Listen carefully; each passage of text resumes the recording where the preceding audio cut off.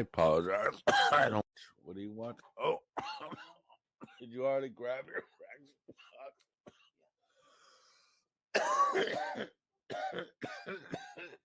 I don't got no supper tonight.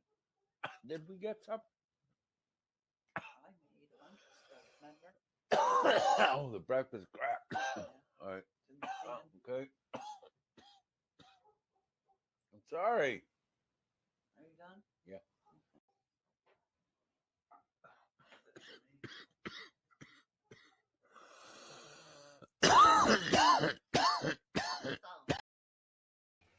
All right, what's up, Turtle Rise? Sorry about that intro. That was a different one. I don't know. The Chinese communists are doing that or something. What's going on there? But whoever that individual is, they need to see a doctor because that does not sound healthy. But anyway, welcome to the show, ladies and gentlemen. I'm your host here, Uncle Turtleboy, for the Tuesday night edition of Turtleboy Live. We have some interesting developments we're going to be getting into towards the end of the show. We're going to save the best for last because I'm excited. You're excited. Justice was served today. We're going to get to that a little later. You might have seen the community tab post that we have already, but we'll be getting to that a little bit later because the theme of the show tonight is going to be orders. Okay, taking orders, getting orders, just lots of orders. So anyway, folks, I've gone ahead and I've shared the link to the stream on the various social media pages that we run. The Uncle Turtleboy and Turtleboy Daily News pages on Facebook, as well as my personal account, Clarence Woods Emerson. You should go like and follow all of those pages. We're getting close to 100,000. First, we got to get to like 85,000, but that's pretty close once you get to like 85. Then you're getting close to 100. So go like all of those. Help us get to 100,000 in those three pages combined. Also, follow me on Twitter at Dr. Turtleboy. That's DOCTOR Turtleboy. Because if Joe Biden is a doctor, then I am definitely a doctor. So go ahead and follow us there. I'm also on Twitter at Turtleboy Phone because you got to have two accounts when you're in my line of business. People are always trying to come for you, trying to get you out of here. And we're on the gram at Turtleboy_daily_news. All the links are in the bio below in the description. You can catch us on various podcasting, streaming sites, you name it. We're all over the place. Follow Turtleboy everywhere you go. But most importantly, guys, make sure you have smashed that subscribe button because, like I said, we do this every Tuesday and Saturday night at 9 p.m. Hit that notification bell so you get notified because every once in a while we like to do impromptu lives because you just never know. Maybe something crazy happened that day. I want to talk about it. You never know. So hit that notification bell. If it's your first time, welcome. But I figure most of you guys are repeats anyway. Also, we do a Thursday night stream, but it's not here on YouTube. It's directly on our site on the TBDailyNews.com website. You have to join Turtle Club to get access to it, though. For $15 a month, you get ad-free on the website, so no more ads of those annoying pop-ups. It's much better experience. You also get access to the Thursday night stream that nobody else gets, the premium stream, and you get a free t-shirt of your choice. You just got to let me know which one, and boom, I send it to you. This is my first time here live. Okay, welcome, Naklo. Welcome to first time here live on Turtleboy. So, I see Shannon's here. Rose petals. That's we figured out that's Shannon. That's that would be Shannon LeBerry. You might have read about her on TBDailyNews.com. If one of the mods can put the links to the Shannon LeBerry articles on there. Shannon LeBerry is a plus-sized woman who lives in Medfield. She grew up the daughter of a police officer and the brother of a Boston police officer, both of whom she's estranged from and who have disowned her because of her embarrassing, humiliating, psycho internet behavior. And now she's forced to be the co-host for a woman who lost two of her children to the state and had an order taken out against her today in Boston. But we'll be getting to that a little bit later. So yes, the fake dispatcher cop. That's the one. All right. So anyway, whoa, that's a pretty serious allegation. But you know what? It's really none of my business if he is. I don't really care. I don't really care about that kind of stuff. Only a weirdo would care about that. Anyway, how you doing, producer Deb? What's going on? Doing good. How are you? I'm good, thank you. Am I forgetting anything? Did you hear the whole? You said the link, right? The link? Did you? Talk I didn't. Yeah. So, thank you for reminding me. See, that's where you're here. So, guys, we're demonetized for like over a year now on YouTube. We had the wrong opinions about Joe Biden's climax mandate. You can't say the word that rhymes with climax. So we had to go and build our own thing. It's called Turtle Chat. So if you click on that link that we've pinned to the top of the chat there, you can go and you can donate whatever amount of money that you want. When you do that, I will get an email notification. You can also put a message with your dono. So for instance, and I will then bring it up on the big screen for everyone to see. So for instance, I got this one at the end of Saturday's show. I didn't bring it up. We got this one from Bobby. Bobby sends $25 and he says, is it just me? Or is it abundantly concerning that our sitting president most likely has to use adult diapers at night to protect the lives? No, it is definitely not just you, my friend. A lot of people share similar concerns with that. But you know what? Orange man bad, and there's no more mean tweets, which is really the only thing a lot of these people care about. Also, guys, yeah, let's keep hitting those thumbs up, guys. Also, how many thumbs up we got? It helps with the algorithms if you can get to like 100 thumbs up or so. I don't know. Leave a comment afterward. I see the YouTube shit to me, Deb, is just like people are always like, oh, YouTube. It's like people have to understand that for me, YouTube is just supplementary. I do this twice a week on this platform. Right. I don't really care that much about YouTube, largely because I'm demonetized. So there's really only so many hours you can waste on a website where you're going to get kicked off eventually anyway. Yeah. And I don't use YouTube as social media. Do you? No, I don't. I literally am on for this, and unless my kid's watching something, I don't go on it. Yeah, like I don't get like.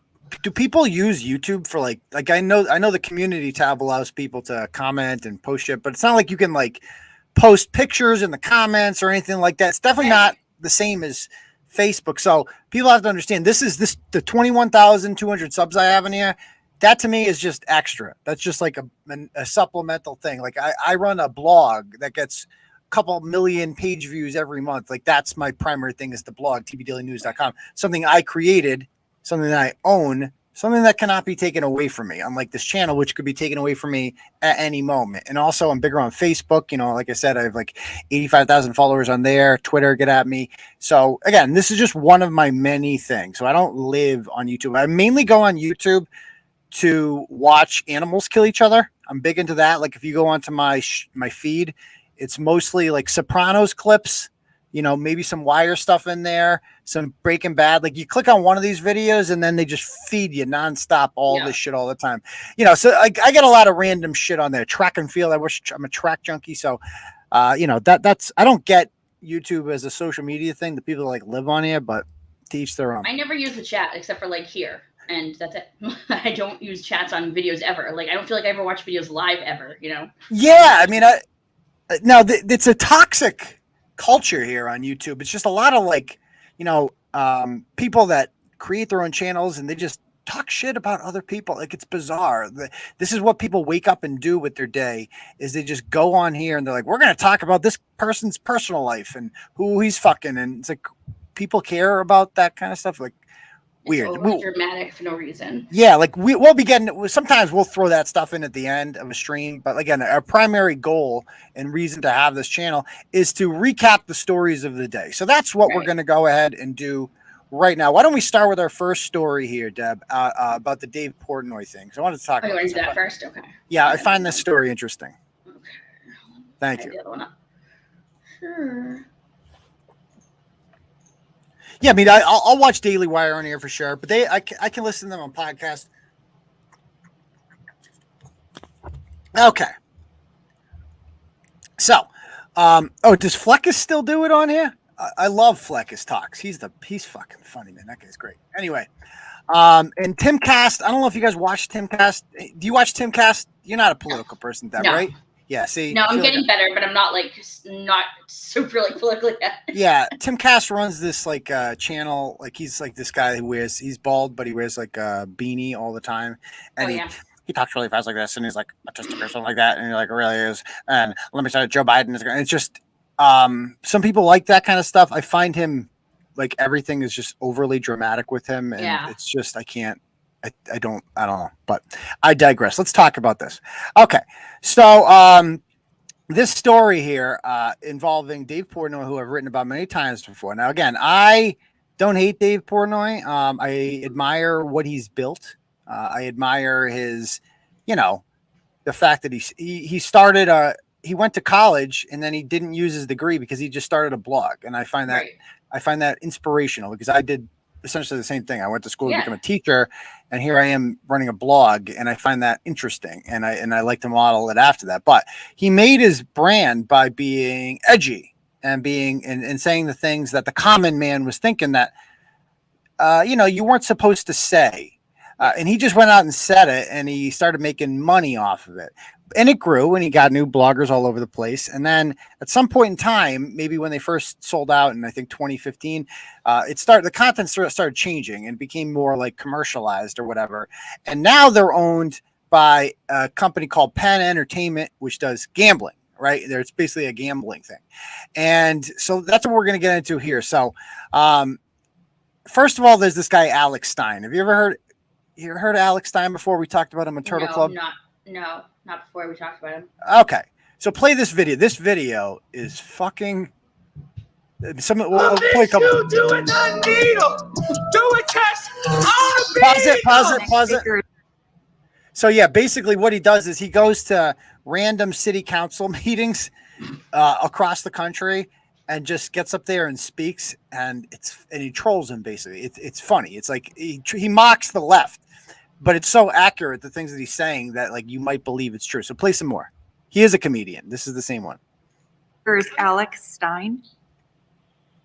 Guys, I have some terrible news. Dr. Anthony Fauci is retiring. I'm sure you heard the bad news.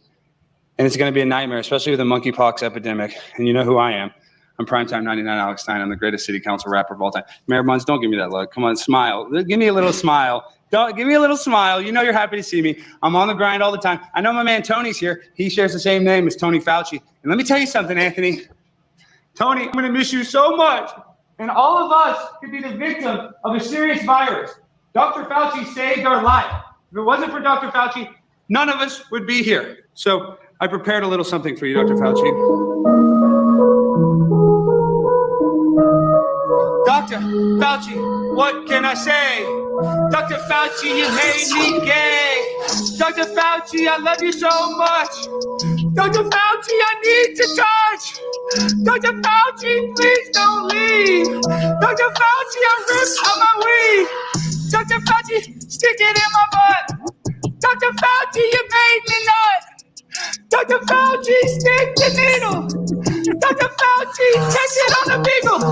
Myocarditis from the homie Titus. You saved us from the virus, and I'm always on the grind. Cause I'm number 99. One more Fauci, Ouchie in my Okay, you can stop it there. What's the name? Yeah, so that's just him trolling. That's not even one of his good ones. The good one's what he did to AOC. Scroll down a little bit. So X out of that and scroll down. So this is watch what he does to AOC here when she's going into Congress. This is great. See, my favorite big booty Latina. I love you, AOC. You're my favorite. She wants to kill babies, but she's still beautiful. You look very beautiful in that dress. You look very sexy. Look at that booty on AOC. That's my favorite big booty Latina. I want you to do a little selfie. I love it. My favorite AOC. Nice to meet you, AOC. Look how sexy she looks in that dress. Woo, I love it, AOC. Hot, hot, hot like a tamale. Okay. So yeah. You see Lauren De Laguna in the comments? Yeah, whatever. It's like You dated him? yeah, awesome. So yeah, basically what's funny about that video is that that's AOC's boyfriend that's walking up this. For some reason he's walking the dog into the, you can X out of this by the way. He's walking the dog into the Capitol. I don't know why she's bringing her dog to work with her or why he's going to work with her. But talk about beta cuck. Like imagine somebody talk to your girl like that. Like you're just don't say anything. You don't say anything. You just keep walking and you let her. That is everything that is wrong with men today. Like that video, the fact that the man just keeps walking and allows somebody to talk to his woman. She had to stand up for herself, literally. Right. Now, I didn't find that video particularly funny. I mean, I thought it was just, it's like, I think it's immature. But her reaction to it was funny because she acted like, like she was going to do something. Look at the tweet she put up. Oh, yeah. All she wanted to do was talk about it. Yeah, she goes, I posted about a deeply I posted about a deeply disturbing incident that happened today on the Capitol steps, but I took it down because it's clearly someone seeking extremist fame. It's just a bummer to work in an institution that openly allows this. Openly allows what? Like a man called you a beautiful big booty Latina. Like, inappropriate, but like allows it. Like, what are you supposed to? You want him arrested? What? Right. It's okay. freedom of speech, buddy. Like, yeah.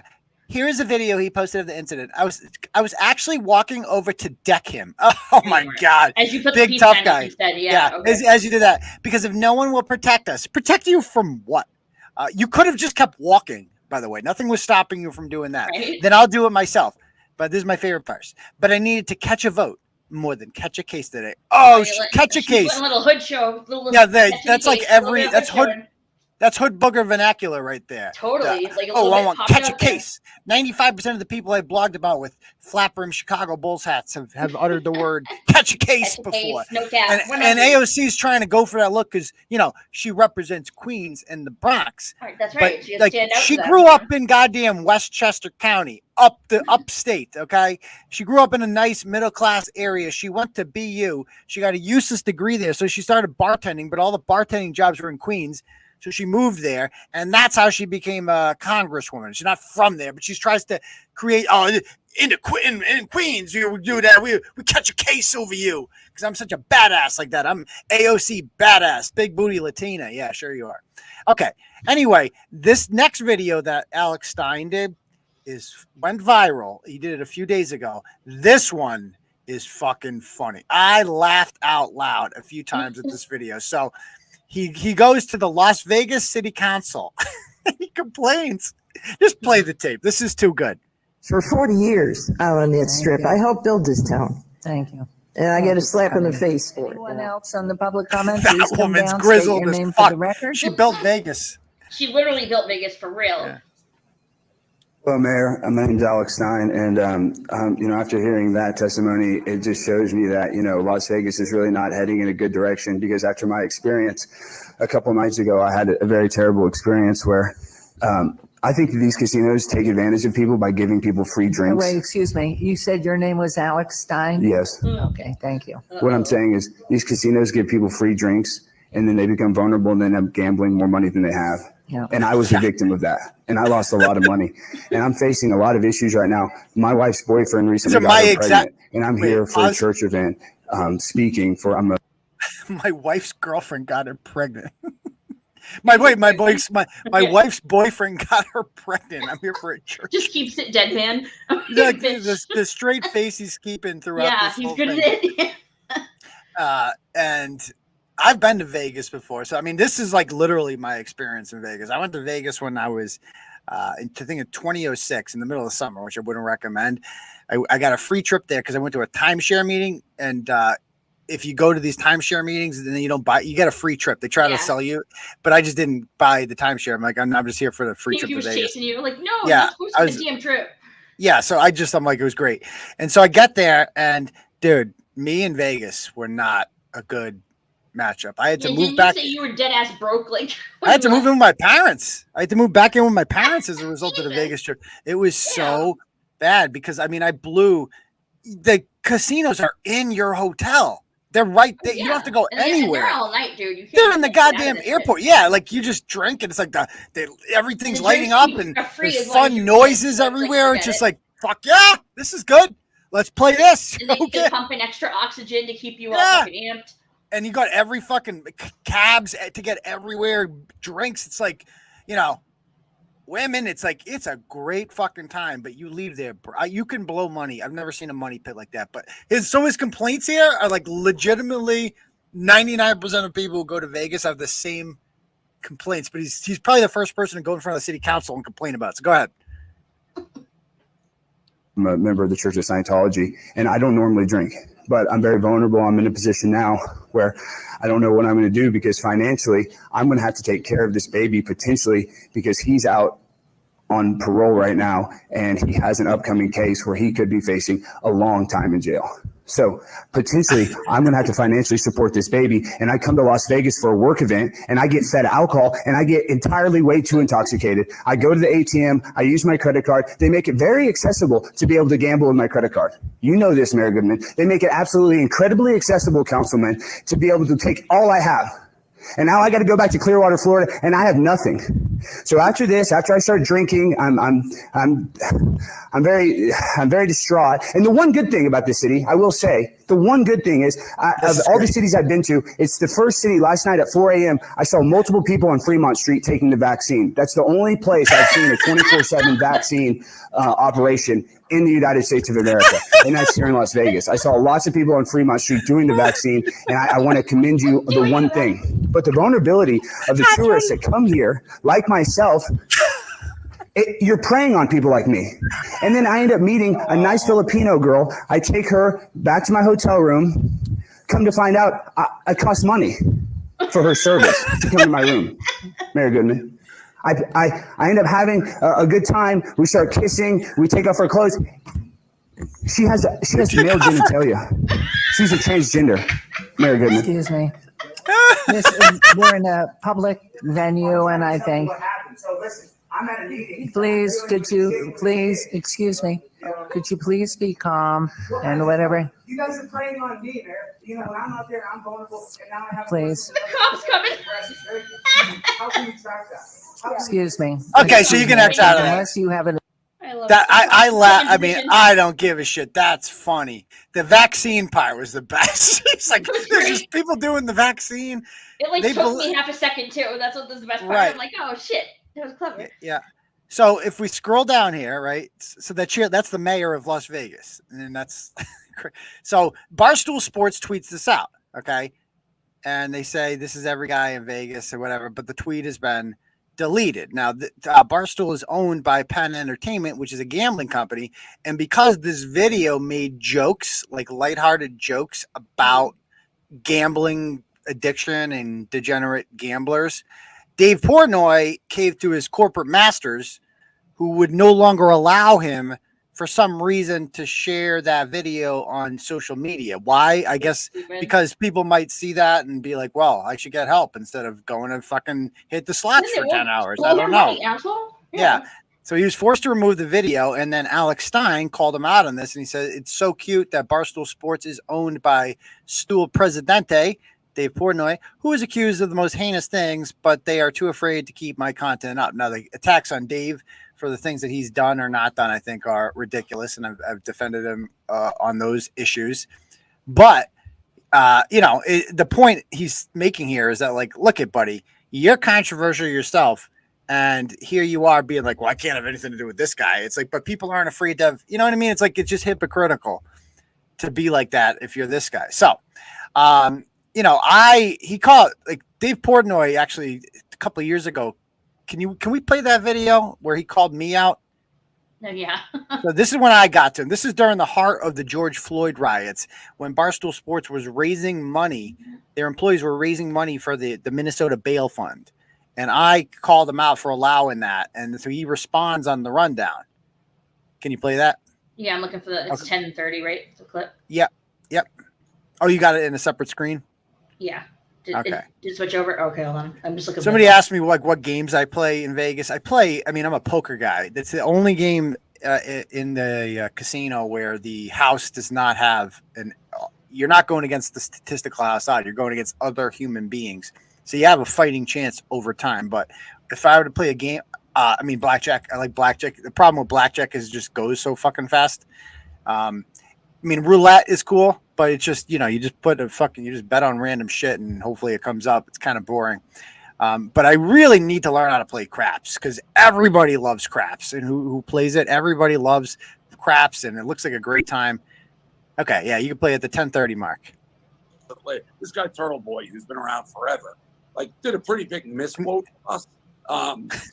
He's been around forever. Blogs and Blind Mike blogs, and I let Ellie, who didn't even do it. And I disagree with Ellie, by the way. I don't think there should be raising money for people who are looting businesses. Now, if there's people are being, arrested peacefully, different. I don't know how that goes. So I shouldn't say disagree.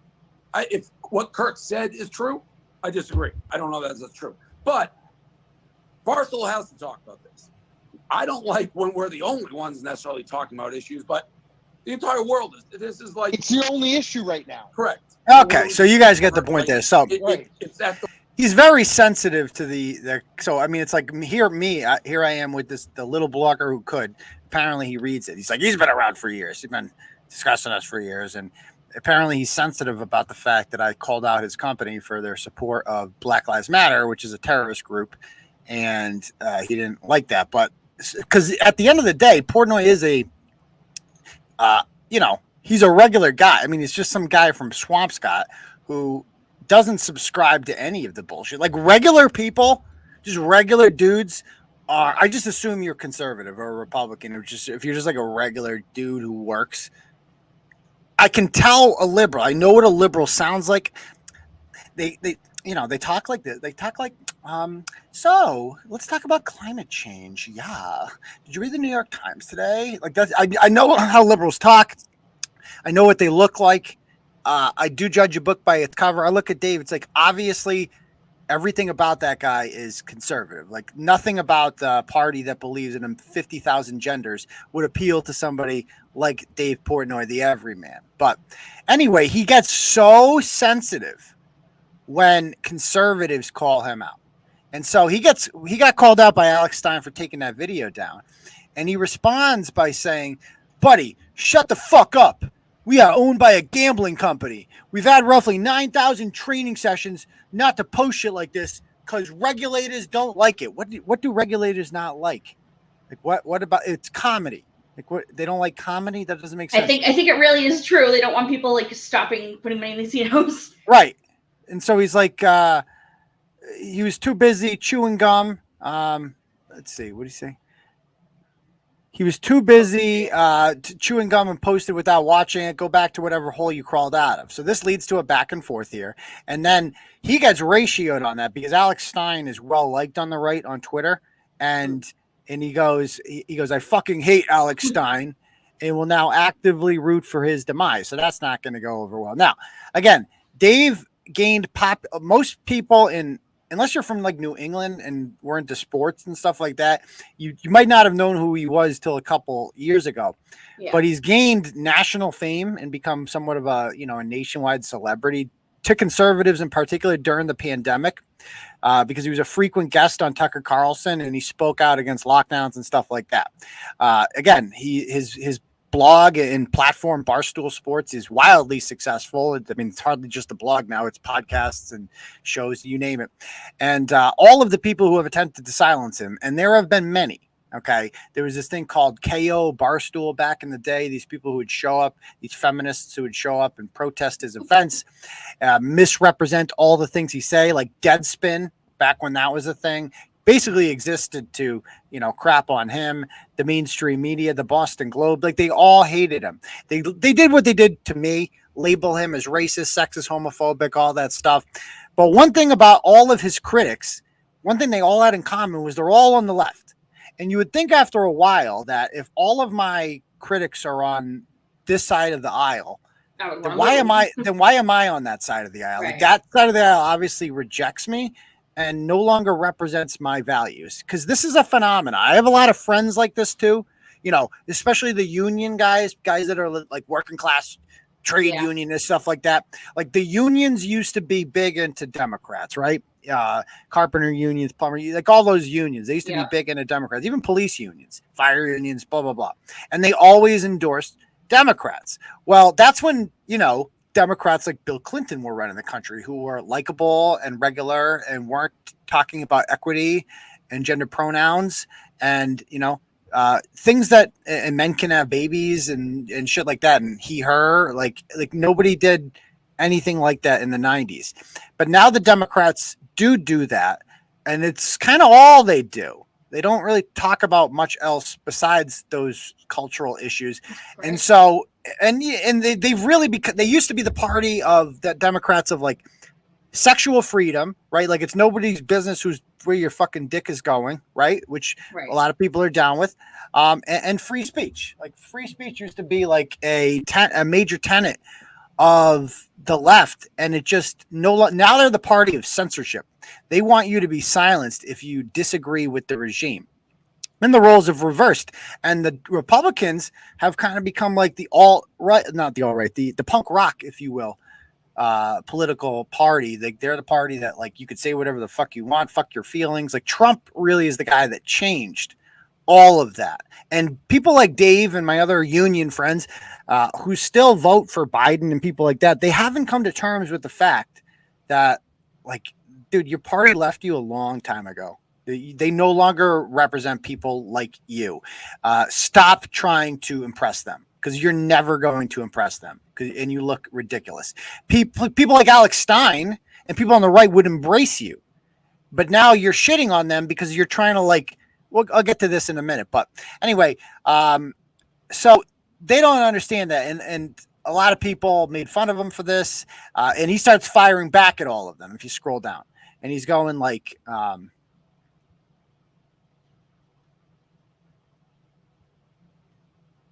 keep going.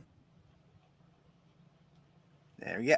So he's like calling people, he's quote tweeting people who have, hundreds of thousands of followers who responded to him, and, calm down, dude. And the guy goes, pussy. Another guy goes, I was a massive supporter of yours, Barstool, and your whole vibe during the pandemic. Tate made you look like a massive feminist beta, and you are the king fence sitter. And he goes, oh, so this is the Alex Stein crowd? Got it. And so it's just, he got ratioed to fuck. And so basically it's like, dude, the left is not impressed by your tolerance here or whatever the fuck you're trying to do. I don't know what you're trying to do here. But my comment that I couldn't stand was when he goes, I hate losers who make everything political on both sides. I am so fucking sick of that argument. Like, when I don't trust anyone who's like, oh yeah, they're both sides are bad. Dude, shut the fuck up. No, one side is bad. Okay. Mm-hmm. Kirk does this all the time too. My friend Kirk Minihane, he does it all the time too. He likes to pretend like he's not a conservative. Oh, both sides. We don't want it because he doesn't want to be like Jerry. He doesn't want to say it. Yeah. Oh, right wing. It's like, dude, you have no values that are in agreement with the left. None. Everything you stand. Everyone who hates you and tries to get you canceled is a liberal. Okay, and you can't, like, it's just a gutless way for people to try to not pick a side. Like, you're doing this whole both sides. Oh, both sides are bad. It's really not. One side is trying to silence you, wants you arrested and thrown in jail. The other one just wants you to put a rubber on when you're banging your horse. That's the primary difference. These things are not equal. Your whores or your horse? Whores. Oh, okay. Or horse. Sure. Is Nantucket horse, yes. So yeah, and it's basically, he's become LeBron James, and I compared the LeBron, and people are like, well, it's different. Penn's not committing genocide. Somebody said to me on Twitter. Oh my God. You're missing the point here. You're missing the point here. LeBron James cannot criticize communist China because that's where he makes all his money from. And he refused to stand up for Hong Kong, and a couple of years ago was a big thing. Well, now Dave Portnoy, it's like, you can't, your artistic freedom at Barstool, like 10 years ago, you would never take down a tweet like that. Absolutely ever. Not. Because your corporate masters called you up and said, nope, you're not allowed to post that. And so then he just gets into this whole thing. He gets all defensive. Look what he tweets next.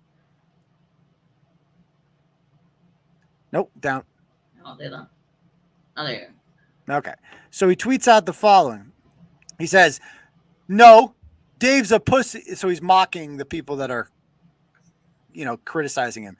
Dave's a pussy because he won't keep up one problem gambling joke he didn't even know about. I'd rather be a broke ass working for a low tier publication and have my pride than have multiple oceanfront mansions. What a pussy. So he's like, basically, he's mocking people that are saying that you're a sellout.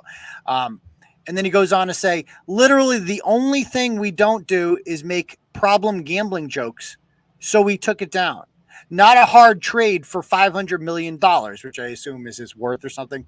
I didn't even know who this clown was or that the vid existed till he tagged me talking shit and getting personal. So yeah, I fucking hate his guts. So first of all, you can say whatever you want about me. And basically he's become Howard Stern at this point. Like, that's the best analogy I can give. It's just Useless. Like used to be entertaining, used to be edgy. He's Completely just a useless figurehead now. I mean, go ahead, Jimmy Kimmel. Like you can go down the list of people like this who used to be edgy and funny, now they're just faces. and now they're just complete sellouts. Sellouts. And again, people, oh, you wish yours. If I ever reach the point where I'm sitting here bragging about how much money I'm making and calling that content, just fucking end me. Like somebody just come up and put a bullet in my head and just end me, because my existence on earth is fucking pointless if I'm doing stuff like that. And like I get it, like, you know, he's confident, and that's the kind of whole thing the vibe he's trying to get going here is like, I'm Mr. Confident, and his fans like that. I get all that. People want to get behind a confident, wealthy, successful person. I totally get that. But that can't just be your go-to all the time when you're, you know, criticized for something legitimately like this, like being a fucking sellout. And this whole idea that like, well, it's like, oh, I took it down because I'm a fucking sellout. Yeah, I took one down, big deal. I got $500 million in return, blah, blah, blah. And it's just like, so, and you can be the richest person in the world, but if you're not truly free, you're not truly free if some billionaire company who's richer than you is telling you what you can and can't say. Okay. I will never be as rich as Dave Portnoy, but I will also never be anyone's bitch. That's the difference between him, or one of many differences is between him and I will not do it. I don't give a shit. I'd rather be middle class. I would rather be the low tier guy who's completely free. I'll never fucking sell out to anyone. I don't know if you guys noticed this. I used to have 20, 25 local advertisers on my page. Okay. And a lot of them will get harassed by people and they would say, you know, can you tone down the content? And it's like, they're the ones paying my bills. The advertisers were the ones paying my bills. Penn National is paying his bills. And so you have to please them. You have to do what they want to please them. And it's like, wait a minute. So I'm not really fucking free. I'm owned by JJM Insurance and all these other, you know, local businesses who are kind of like asking me to tone it down, and I don't want to tone it down. And that's why the beauty of Turtle Club and the donos that came in tonight and stuff like that. We're going to get to those in a moment. Oh shit. Did you know Penn National Gaming bought all of Barstool Sports? Yeah, they own like the whole fucking thing. Like he's literally they just did it like this weekend, the whole thing. Yeah. They're literally just you know, he's owned by them. And so I haven't had an advertiser in 3 years because of you people, because enough of you joined Turtle Club, enough of you donated that this website in this business is crowdfunded. And when it's crowdfunded, I cater to you, right? I give you the content that is completely unfiltered. I don't hold my tongue. I say exactly what I'm thinking. And Dave can act like he's like, oh, I have all this money. At the end of the day, you know this bothers him. Like he would not be all caps reacting if this didn't bother him at his core. That's the thing. And he's showing it so bad. Like, you know. Right. Because he was, you know, he built his brand by being the guy that could not be. I know what that's like to be the guy that can't be silenced, right? And refuses to be. He was the OG of that, and that's a great feeling. It's a great feeling to be able to be that guy. And he knows now he's no longer that guy. And I go to my mansions and blah, blah, blah. It's like, but at the end of the day, like part of him would just trade all of that just to be able to say whatever the fuck he wanted to say. Like I guarantee that thought is going through his head. Anyway, do you know who Andrew Tate is? Andrew Tate. Like everybody's talking about Andrew Tate these days. I don't even know who the fuck he was. Oh, he is like, isn't he like MMA or something? He's an MMA guy.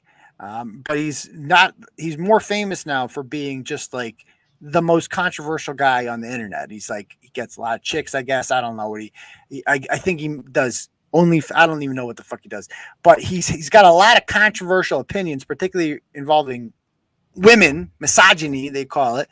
And in this video, I found this rather enlightening. They have a debate here and they talk about, you know, masculinity, and we won't watch the whole thing. There's a part where they talk about like, you know, so you're a woman, so I'm a man, right? Let me ask you that. Yeah. If they discuss this scenario, if a plane was going down, right? Your planes are going through like a crazy storm or something like that. Yeah. Would you prefer a male or female pilot?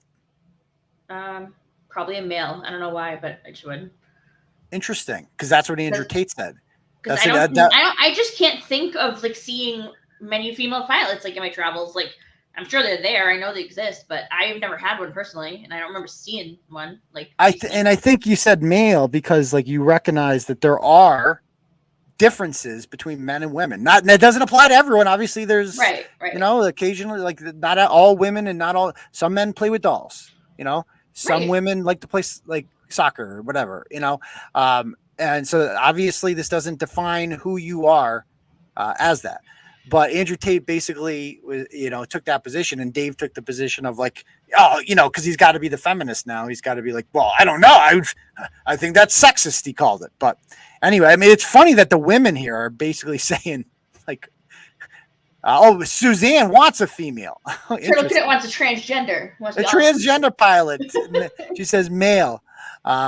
So I don't know. I hadn't really thought about that much, but I just thought the conversation was interesting. I do like a good conversation like that where people aren't afraid to talk about their thing. But anyway, play the clip, the video clip at the 34-minute mark. No, didn't you just go past it? Oh wait, hold on. Sorry. There it is. 34 minutes there. Clips. And I'm just a little online, then that's a valuable company, right? What's that a year? What's 5 times 12? And then you can put an 8 times multiplier on that easily. So that's a $300-400 million company. But will anyone buy it if I'm not associated to the company? I don't know. It's very difficult. But 300, 350, easily. So that's fuck you money.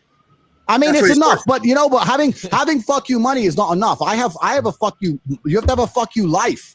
You can't just have fuck you money. I'm sitting out here in Romania inside of a house with 20 armed guards outside with a tower and AR-15s, and I've got 10 passports and 55 bank accounts, and that's what you need to have fuck you money. You can't just sit in America with one. That sounds bad. That sounds like you're like on the run. Yeah. No, that but it's sounds not like being you're on in the the run. terminal. It's not about being on the run. To sit in America and have $20 million with one passport, sitting in America thinking you have fuck you money. No, you don't. You say the wrong thing, you piss the government off. They're going to come in your house. They're going to take the house wheel. They're going to lock you up. You ain't got fuck you money for nothing. So I thought that was it. So fuck you money is basically money that you just don't care about. You're like, fuck you, you're that rich. And I love that quote. I might use that more often. Is you can't just have fuck you money. You have to have a fuck you life. I like that so much more because Dave Portnoy has fuck you money, and he falls back on his fuck you money. But he clearly no longer has a fuck you life because he can't say, if you can't say everything that you want to say, then you're not truly free. I'm sorry. You can be as rich as you want, but you're not truly free. Anyway. It's like he peaked already now. He's going on the downslide, Yeah. So Dave initially invites Alex Stein onto his podcast, but ended up rescinding the invitation because he said, you're too political for me, even though Alex Stein is basically a comedian and a troll who just happens to be right wing. And talk about gutless. Like, you're too political for me. Like, this is a platform that's interviewed Donald Trump Jr., Andrew Yang, like a lot of political candidates. You're too political. I mean, he's a needle mover. You want the old Dave would have got him on the show, but now he's just like, you're too political. I don't do politics. Yes, you do. You're on Tucker Carlson all the fucking time. You're like a regular guest on Tucker, who is like the most political guy there is. And you go on there regularly. Stop pretending that you're not political. Stop it. These people that took the red pill a long time ago and are just in denial about it, they need to come to terms with the fact that, look at, dude, you've been red pilled. You are a conservative. I mean, I used to be the same way. I used to be one of those guys who was like, oh yeah, I could see both sides, and both sides have the points. Now I'm like, nah, I really can't. I really can't. So, so there's that. So he basically bitched out, and that's the end of that. And that kind of segues into my next topic here, the South High story. Can you bring this up? Yeah. And then we'll talk about the new revelations here with the court documents. Chat, oh yes, while we're doing that, let me bring up my turtle chats here. And by the way, you guys can also if you have Cash App, I am $ Uncle Turtleboy Cash App. And we got one from Patty Brosnahan, who sends Patricia Brosnahan. She says, sent you $50 for not being anyone's bitch. And that's how it's done right there. That's right. I appreciate it. And that's why it's like I'll never, because I have people like Patricia, I will never be controlled. And that's the beauty of the new model that we've kind of created here, is like I'm beholden to nobody except for you fine people out there. So we got a couple turtle chats here. Yeah, that was a weird accent. I don't think it was I was trying to British. figure out what that was. It was I mean, it sounded yeah. like Northern Ireland or some shit. I don't even maybe know. a little bit. Yeah, maybe. It definitely wasn't British. It sounded good. Do Scots count as It British? might have been like New Zealand or something too. It was like kind No. of It was definitely from like, I think it was from like Irish this or side, Scottish or something. West. I think it was a European thing. But Scottish maybe. Yeah, definitely like a lick of Scottish. Maybe somewhere up near the part that like Mel Gibson sacked, one of those castle towns. Maybe one of those like near the border. Maybe one of those. Okay. So we got here from one from Suzanne, Glamasuz. She says, Joe Biden for making taxpayers pay unpaid student loan to the cost of one. Is that what he did? I haven't read up on that. Is that official?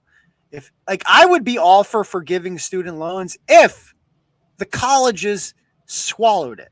If they're just like, okay, no one has to pay. Yeah, okay, that doesn't really affect me. Well, I don't know if they should. I think everyone should pay their some of them student anyways, loans. but you know.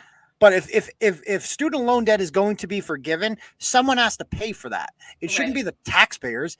It should be the colleges, because I mean, I'm all for going after the colleges because the colleges are run by communists. They're the biggest problem in our country today is they're communist breeding grounds. They train young people to become future communist leaders, and they are it's like a used car dealership that just sells nothing but lemons. Like if your college charges $200,000 to get a degree from it, and then you graduate from there and you can't get a job that pays $150,000 a year, then what the fuck have you sold me? You've sold me this worthless fucking degree. Yeah, it's like a lemon, exactly. I could have gone out of school. That's exactly how I felt. Right. I was like, what the fuck? Like luckily I was smart enough to go to state school. I went to UMass. I had like 15 grand in loans, and I just paid it back. I just kept paying it back, whatever. Like, and these like AOC's complaining about her student loan. Bitch, you make $200,000 a year as a congresswoman. I don't get that like at all. Like at your age and what you make, that makes no sense. Like, and if deliberately. Oh, are you going to pay my mortgage too? Because that's a loan. Right. You're going to pay my car loan. I have a lot of other loans. Do you want to pay for these loans? Right? Like life is full of loans. Why are we paying these fucking assholes off? Like, don't go to college then. But the more we're by repaying student debt, we're basically rewarding colleges for selling lemons to kids. Yeah, like selling exactly. this useless fucking degree. Anyway, so there's one, and that's from Glamasuz, and then we have here from Bobby, and no, that's the other way. We have one from Bobby. I would like to congratulate our very own Bishop Glamasuz on her ordination today. We're also very proud of you and wish you many weddings to oversee. And do not forget to keep those marriage licenses for 3 years. Elder Branch says so. Somebody read the blog yesterday. Thank you very much. We also have from 7, says since 20. Ooh, a double one. This is double his normal amount. Yes. He says, I had a very bad, no good day at work. Thanks, Turtle Riders. I appreciate it. Oh, I'm sorry to hear that, 7. Hopefully you have a good show. Money, 7, but yeah, so thanks. Yeah, sorry about your bad day, but thank you for the $20. I appreciate that, my guy. So, all right, cool. So can we bring up that South High blog, and then we'll get to the new developments in court? Yeah, fun add-on. Yeah. So this is my high school. I went to Worcester South High School. We had this mascot called the Colonel, and I didn't know what the fuck it was. I used to do it all the time. Just like people like do the Colonel, and I would dance and do this thing. He's like got these. He looks like a Yahoo shooting guns. Like it makes no sense. It's got no tradition. Like it has nothing to do with Worcester. Like I like a mascot that has to do with the history of the whatever. But we were just the Colonels, and it was just there, and it just that's who we are. I guess that's our thing. So whatever. Anyway, there was a plaque that was put outside the school. If we go down.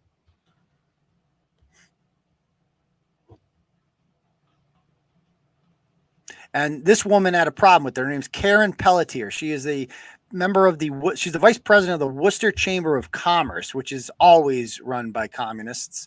And, she's basically an activist who works as a college administrator, probably makes too much money and drives up the cost of tuition or whatever. Anyway, this week she was very upset about my alma mater. You can keep scrolling down till you get to the Colonel so you see what this guy looks like. So she's wicked pissed about this thing.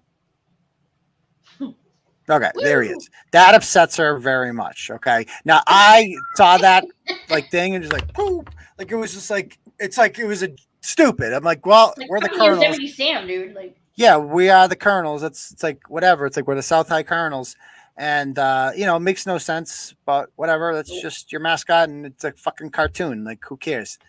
But whatever. For this upsets this woman because let's go down to her tweet. Let's see what Karen. Of course, her name is fucking Karen.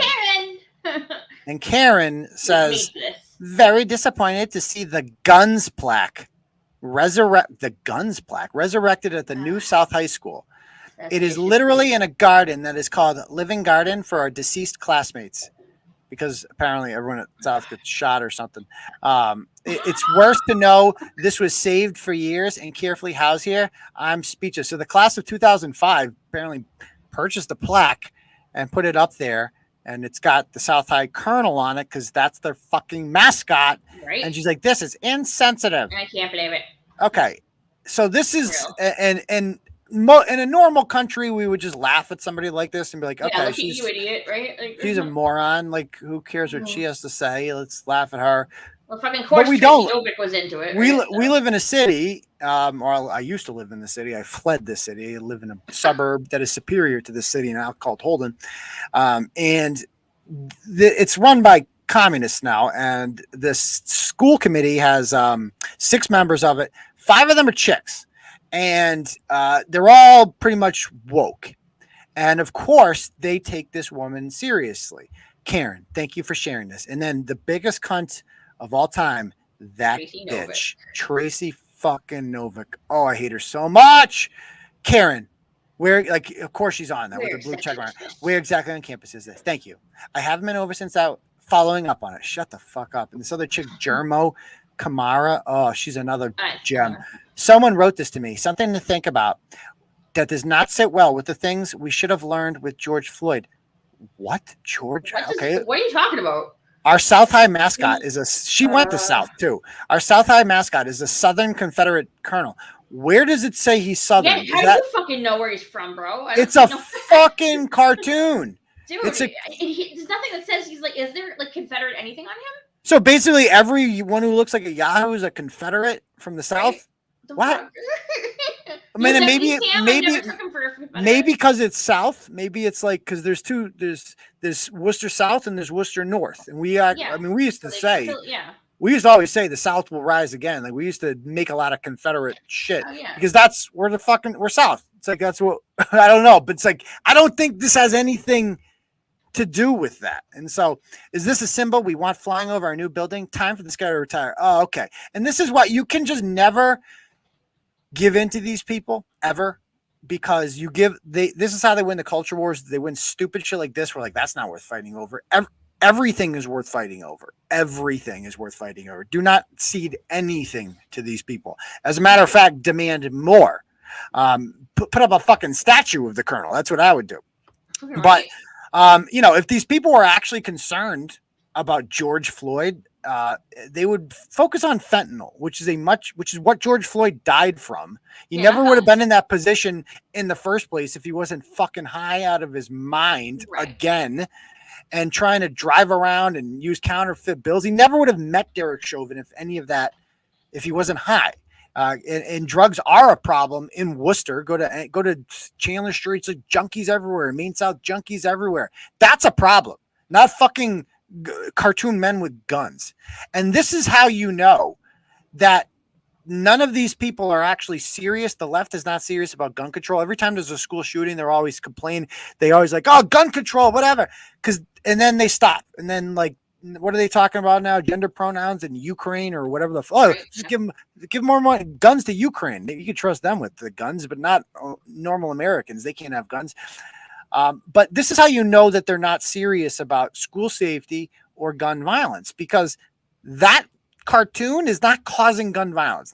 You get rid of that mascot, there isn't a single kid out there that's gonna be like, you know what, guys? Who was thinking about it and now won't. Yeah, we were gonna shoot each other this weekend and just like ball out and just get revenge and see who's got the biggest dick in Main South. But now it's like they got rid of the mascot, so I'm not feeling feeling Yankee, it. dude. Yeah, I'm Yankee now. not feeling it anymore, man. The You same freed me. school committee earlier in the week voted 5-1 to get rid of a rule that would only allow kids to have transparent backpacks in class. When I was at South High, they didn't let you bring backpacks to class. Did you guys get to wear backpacks to class? I'm trying to remember. No, we had to put them in our lockers. Because I used to bring my books with me everywhere. Yeah, you had to bring your gun. They didn't even let us go to our lockers between classes. No, I And had to bring a whole pile of books like after lunch. Yeah, you'd bring a pile of books. It's just how fucking school works. It's Right, a backpack. You get to carry backpacks, and you're complaining that they have to be clear. Are you kidding me? Like in the era of school shootings, like South High's ghetto is shit. Like I went to South High, it's ghetto. They have I like a metal guarantee detector at the door and shit. they didn't, but that thing would have been ringing off the hook if there was. You know, when in 1989 at South High, about 10 years before I got there, a student would Google it. A student was stabbed and murdered inside. A 15-year-old kid was stabbed and murdered inside South High School. That's why they don't allow bags. And like South High, I went to like the most ghetto fucking high school. Like I was a distinct racial minority. Like let's put it that way. Not a lot of people look like me, and that's okay because I liked being the minority. It was cool. I was in an Asian club. You might have seen the pictures, but I digress. But there was a lot of. I like diversity. I grew up around diversity. I'm used to it, and I think it molded me into the person I was today because I got to meet a lot of different people who speak different languages, and it's cool coming from different backgrounds. But I digress. Anyway, Tracy Novick was the one that was behind that, getting rid of that. And there's some other mascots that we're going to see down here in Worcester. Look, if you scroll down, Burncoat High School in Worcester, they're the Patriots. Look at their mascot out front. What's he got? The face. Yeah, her fucking face. Oh. There it is. Oh, gun. The Patriots got a gun. Interesting. And what else? Who else we got? Oh, Wachusett. This is my new district. The Mountaineer. He's got a gun. Hillbilly with a gun. Shit. Oh, no. He's racist. Lexington. We got Lexington. Oh, the Minutemen. They got guns. Oh, no, not guns. And it's so funny because the school committee members who voted for this, two of them, Tracy Novick went to Notre Dame Academy. She's never stepped foot in Worcester Public School. So did Molly McCullough. The other one, Sue Coughlin there. She went to Shrewsbury. You know what their mascot is in Shrewsbury? No. The Colonial, which is pretty close. Yeah, I mean, that's racist too, right? Close, yeah. So all these people, it's like, we're just going to get rid. It's so fucking stupid. The answer to these people, if you live in a place where this kind of conversations are actually taking place, you need to move. Like, that's the only way to just abandon ship. It's over. So fuck these people. Okay. So really well. Pentucket just changed their from the Sakums to the Panthers. Oh, did they really? Yeah. Unbelievable. The Indians, unbelievable. Anyway, so how do kids get like this, right?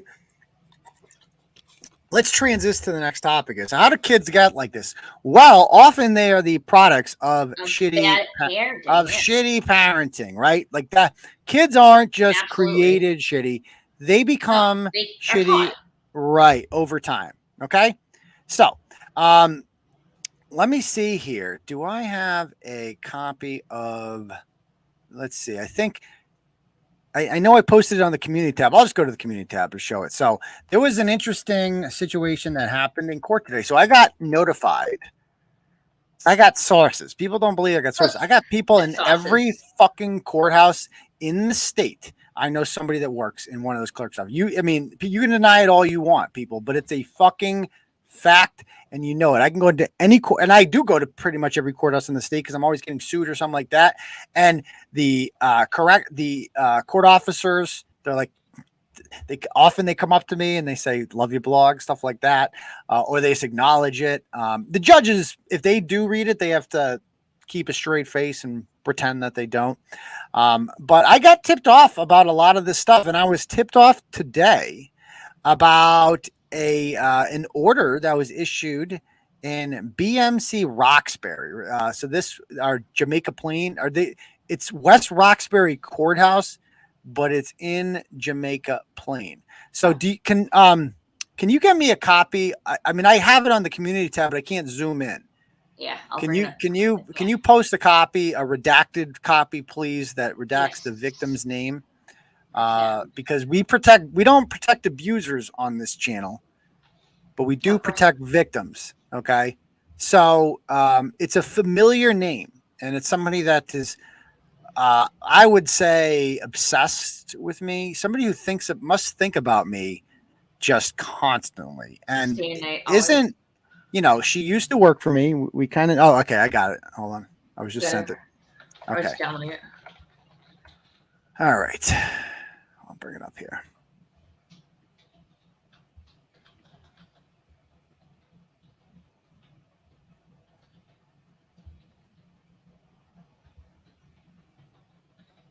Okay.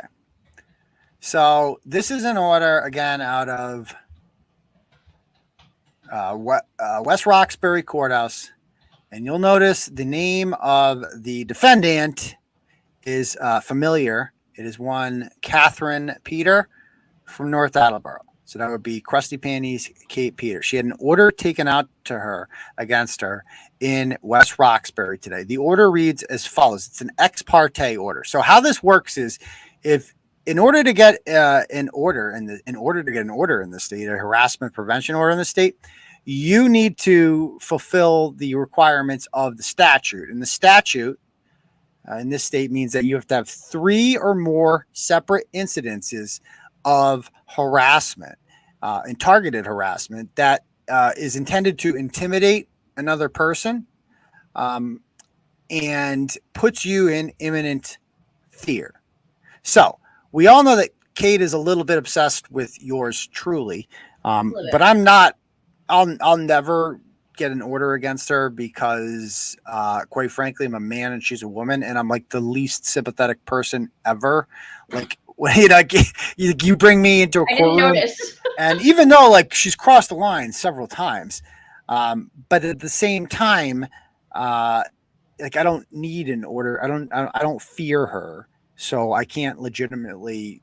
You know what I mean? It's just like I can't. You can't ever get an order on him because that's ridiculous. Because I don't fear her at all. You're not a pussy man, so yeah. Like I think she's retarded. Obviously, she's a joke. I mean, I've exposed the reason that she's so obsessed with me and more than anyone else is because I've exposed her and I've put this all out there in ways that no one else ever has. Like her scam, if you will, her fraud. Is that she comes on this platform and attempts to present, and when she worked for me, it was the same way, present herself as some sort of hardworking single mom who, you know, has had some ups and downs in life and, you know, is just disgusted by the same things that we're all disgusted by. Scammers, bad people doing bad things, you know, stuff like that. Like that's how she presents herself. But in reality, she is worse than all of the people that she criticizes because she had 4 children come out of her stench trench. She lost all 4 of them at some point in their life to the state. The 2 youngest were permanently adopted out in 2015 after a reunification attempt. After 2 or 3 years of attempting to reunify the children with their mother failed because she would not do what was required by DCF as part of her plan. And that it was really hard, Deb. Okay. Like I would just like to take this moment to point out Michael Giannetti has not lost custody of that kid. Michael Giannetti uses the kid still. And think of that for a minute. In video. Just contemplate that for a moment. Mike Giannetti, one of the most ratchet people to ever grace the cover of Turtleboy Daily News. He is allowed a crackhead who's killed multiple women, who makes hilarious rap videos, who doesn't know. Fresh with the thinks my name is Martinez. You know, who uses Truthfinder. Like he's high all the time. Yeah, he's allowed, not full time, but he's allowed near the kid. Okay. Yeah, like, in the vicinity. He got some type of visitation with the kid because the kid's in. Vicinity. You know how I know that? Because I see fucking rap videos with the kid in them. Yeah, okay? So that's how I know. That guy gets his kid. That's how hard it is to lose your child in this state. She lost not 1, but 2 of the youngest permanently. Why? Because reunification attempt failed. She would not do the bare minimum. And all they wanted her to do is clean your apartment, stop drinking, stop doing drugs, and stop letting Andrew Johnson or Stephen Young or whatever drug addicted boyfriend of the week live with you. That was it. You can't just do those things. But she couldn't do it because the children came last. Like she's like, no, but I like alcohol, right? I like drinking. I'm an alcoholic. Right? I have substance abuse. Children. I just yeah, like it's like I fuck my kids. Just like like, and so they tried. And we've seen Kate's Facebook post. Let us allow go you watch to help your kids back. I'll help you every way we can. Yeah, go watch the stream from last week. I show Kate's Facebook posts in 2013 and in 2014, in which she's posting about the young boys, saying like, I can't wait to reunify with them. I love them so much. I played Chutes and Ladders with one of them today. She posts pictures of them on visits. Like she wanted to reunify with them. So when she says, I just gave them up, right? I gave them up because it was noble. I wasn't in a good position and it was the right thing to do. Well, you gave up. You didn't give them up. And if you did, that would be even crazier because how do you pick which two you fucking don't give up? Now she claims that, I kept the two that had psychological problems because I wanted them near me.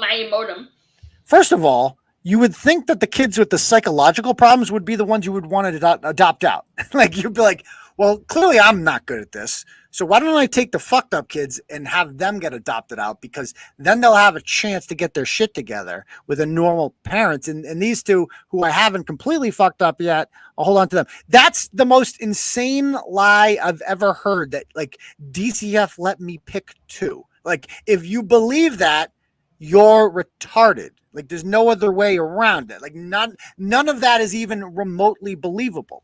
If you support somebody that chose alcohol and neglect over their own children, you're a shitty person too. It doesn't matter if, now she has a job, right? So forget about the past. Let's forget about all the child abuse. No, those kids are going to be fucked up for life now. The things that they witnessed. They were treated like human ping pong balls. They felt like they were not valued or wanted. And they're still not safe because their mother is still a raging alcoholic who now, instead of prioritizing dick over them, she prioritizes a YouTube channel over them called Masshole Report. And she, for whatever reason, decides to pick fights with people who have large followings and are, quite frankly, vicious, right? Like me. Like I'm not gonna I'm not gonna take that shit. And everybody knows that. Like that's kind of my thing. And Chili de Castro, I don't know that much about Chili de Castro, but what I do know about him is he's got a big following, right? He's got a pretty big following, and he's also like not a guy who's just gonna let shit go. And so by doing that, you continue to make yourself, and by extension, everyone around you, a target. Like you have all this history, all this baggage. The last thing you should want is the public spotlight. The last thing you should be going around is picking fights with, people with large platforms.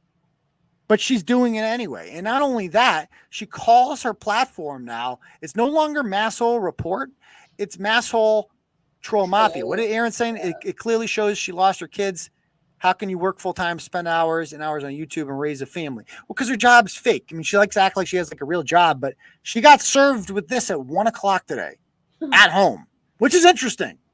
Because I guess she's not really working. I didn't know you could work in an apartment complex at home. Yeah, at 2:00. And so on a Tuesday, that's really weird.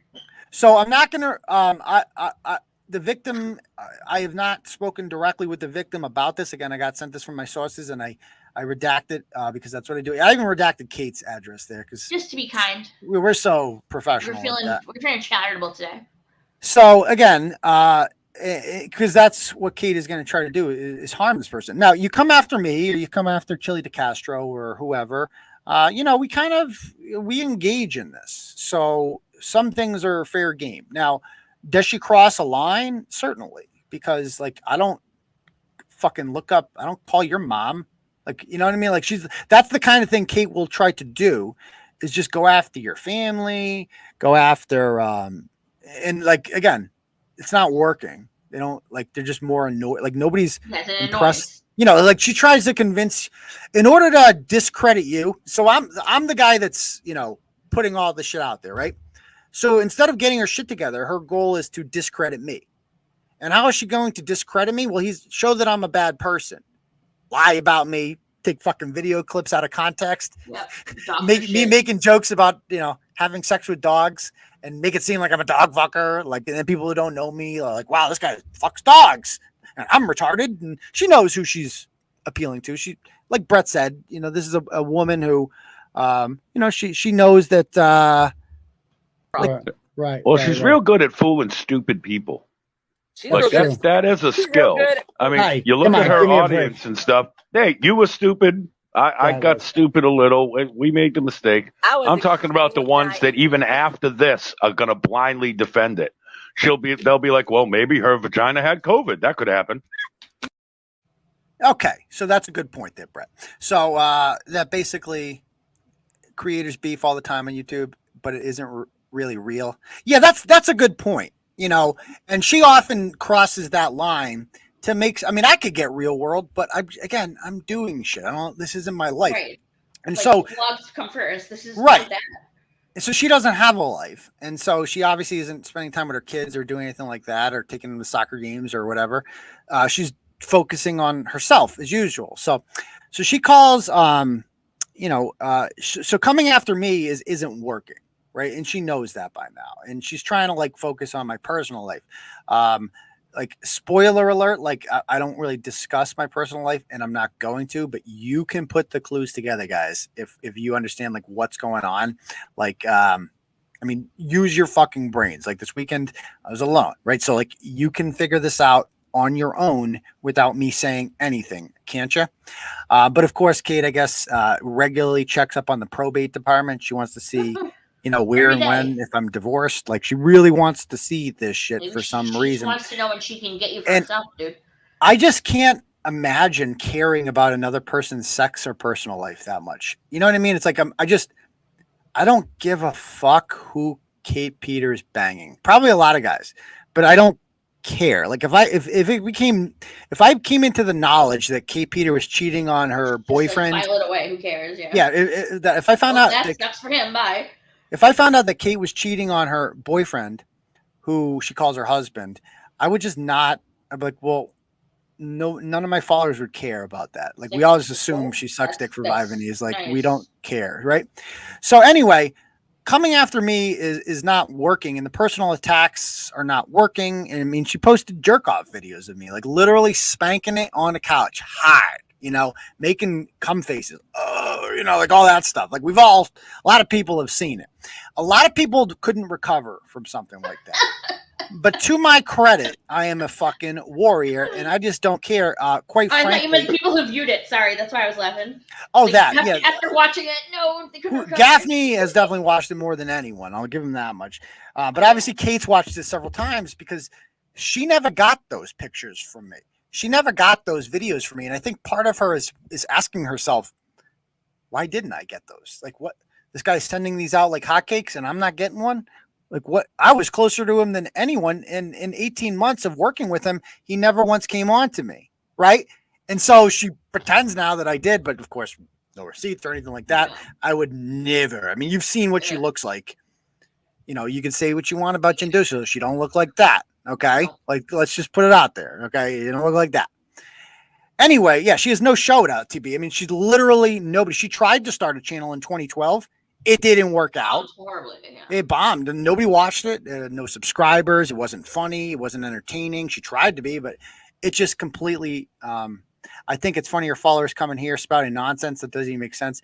Again, it's I don't even, are they commenting? I don't even see what the fuck they're saying. Okay, I call BS though. You'd totally write a blog. If what? If I found out she was cheating? No, I really wouldn't, because honestly, the only time I talk about her at all is on YouTube. Tell me the last time I inserted the YouTube video into a blog recently, but tell me the last expose I've done on her. It's been a couple of years.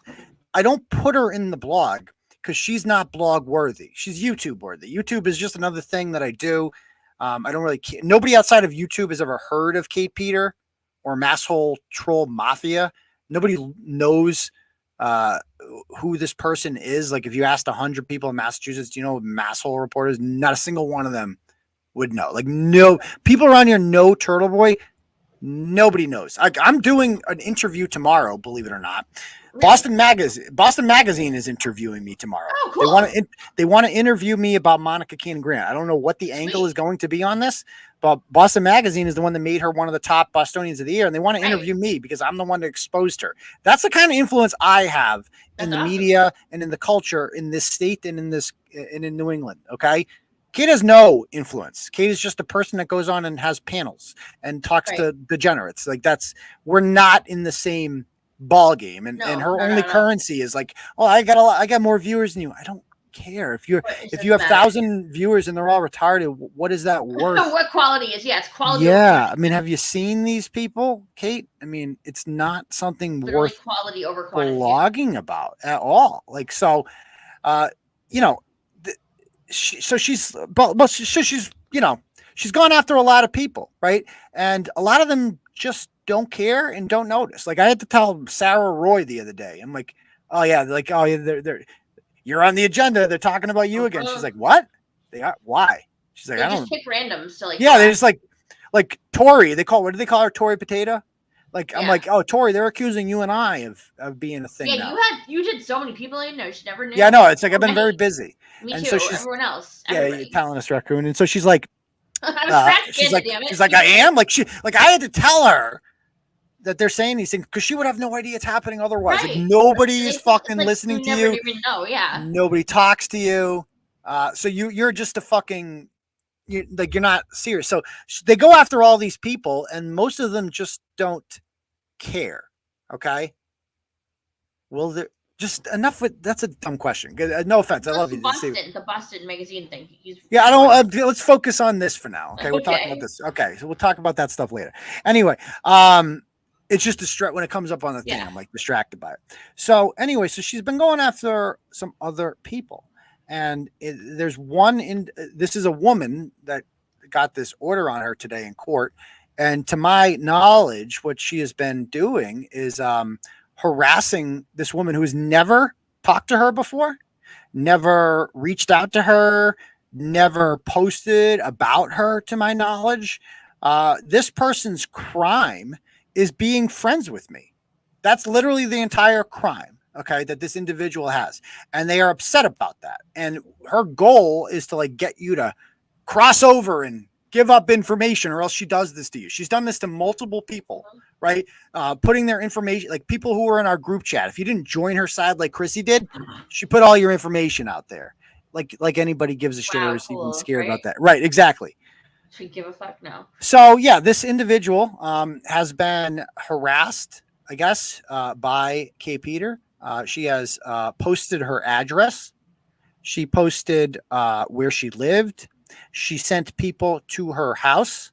As a result of her putting this woman's information out there, she got a bunch of threatening messages and basically disappeared from the internet. Like, was bullied into like shutting down her Facebook page and social media accounts for a while.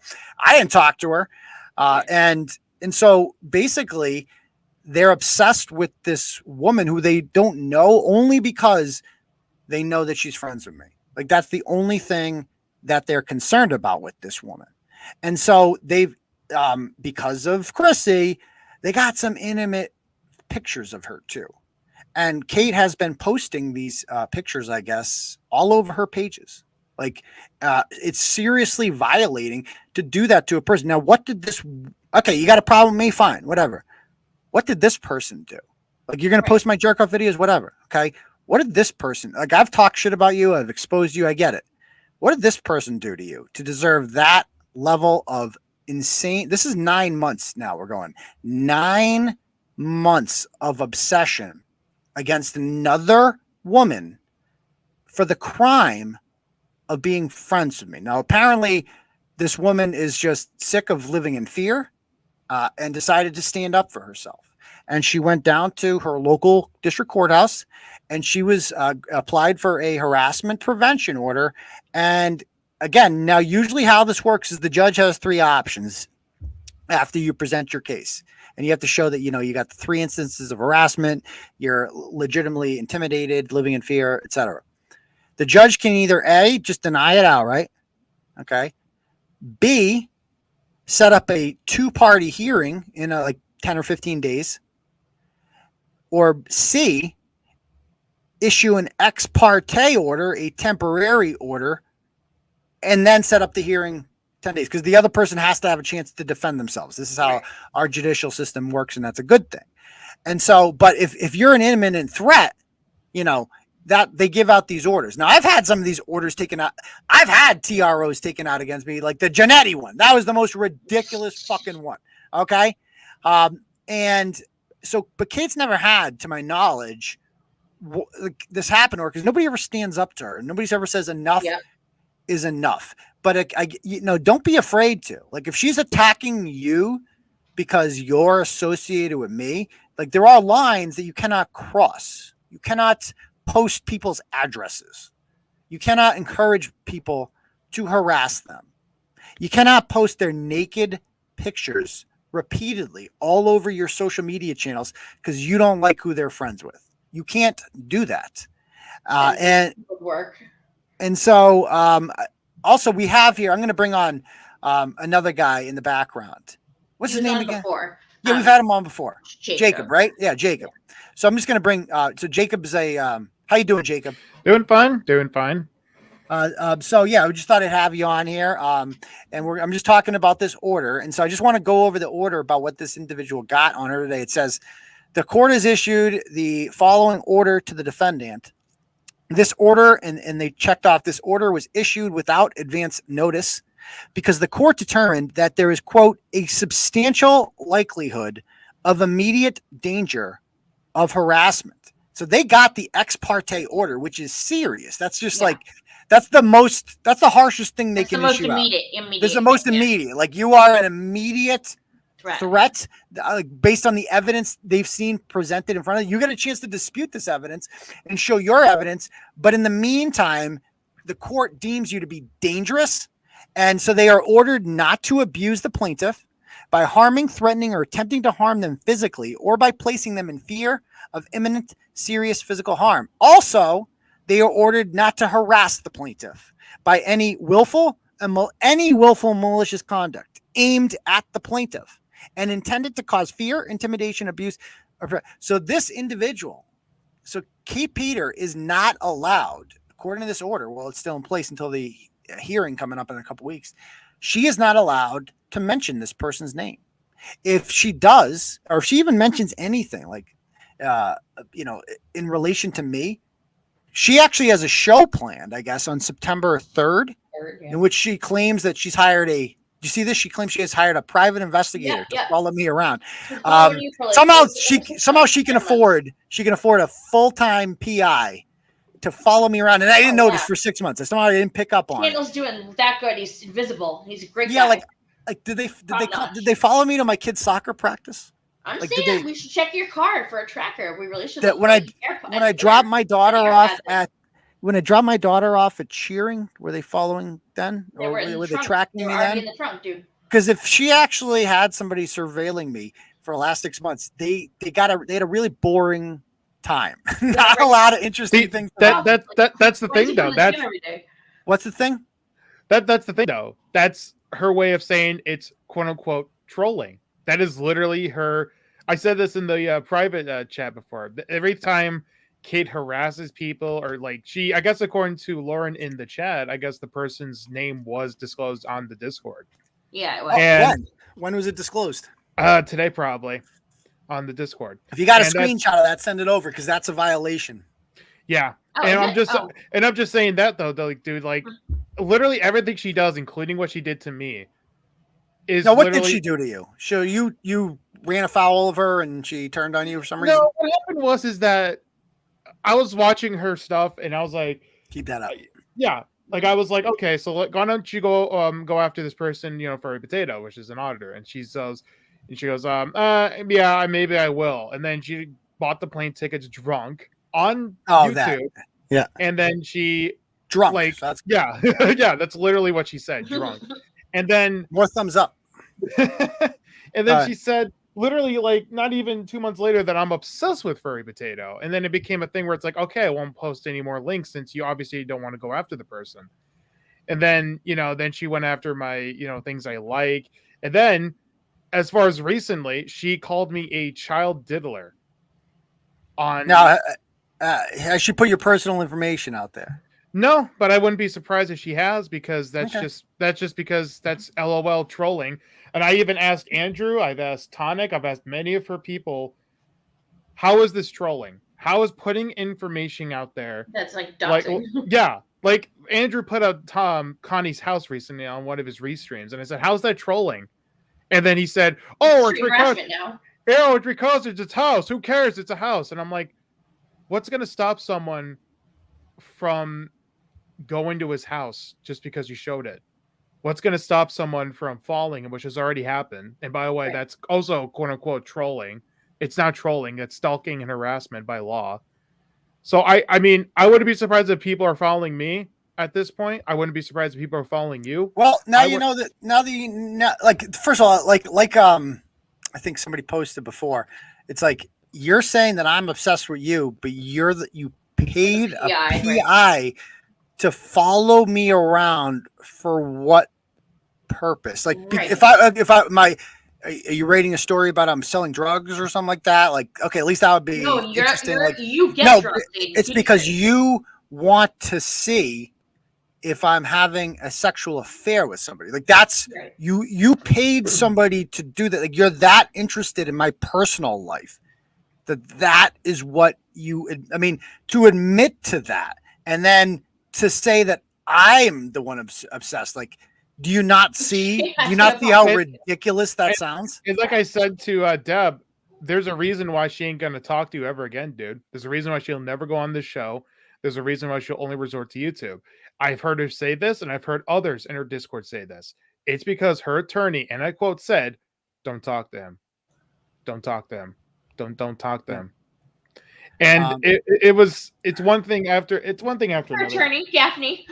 So her attorney. So as I want to. So Lisa asks, good for her. Does that mean she can't post about and contact? Yes, that means. So if she makes any kind of posts about this person and tries to be sly and says, like she calls this person my mistress, like just a friend. Okay, to be clear, puts this all out there. About this individual and tries to incite harassment against them, that is a reference to her. Okay. That is directed at her, and it is meant to intimidate her because you're doing it publicly. You know that when you call your channel Troll Mafia, you are recognizing that your following exists to attack people, right? To troll them. And you know that you're cognizant of that. Like, that's literally the whole reason that you exist. And so by putting my information out there, whatever, like I'm a big boy, I can handle it. Don't put innocent people out there who did nothing wrong to you, who never communicated with you, who never said a bad word about you, who I don't even really talk to. That, like, you're going to go after them. Like, what? And so good for this woman for saying enough is enough. 9 months of this garbage. And I am not going to take it anymore. I'm sick of living in fear. I'm sick of being bullied. I'm sick of being harassed. And they went and they stood up to her. And a judge agreed that, like, in court, I got the documentation. I got the courts. Well, bitch, I got the court docs too. I got the real ones right here. I got an order out against you telling you can't post about an individual because you crossed too many lines. Okay. And so keep going. Let's see where this goes. Let's see. I wonder if the stream's going to happen on September 3rd because around and find out. It's going to, fuck around, find it. It's going to be hard for her to have a stream on September 3rd, which it seems to be entirely about my relationship with this person. How are you going to do that stream now? Is that still on? Interesting.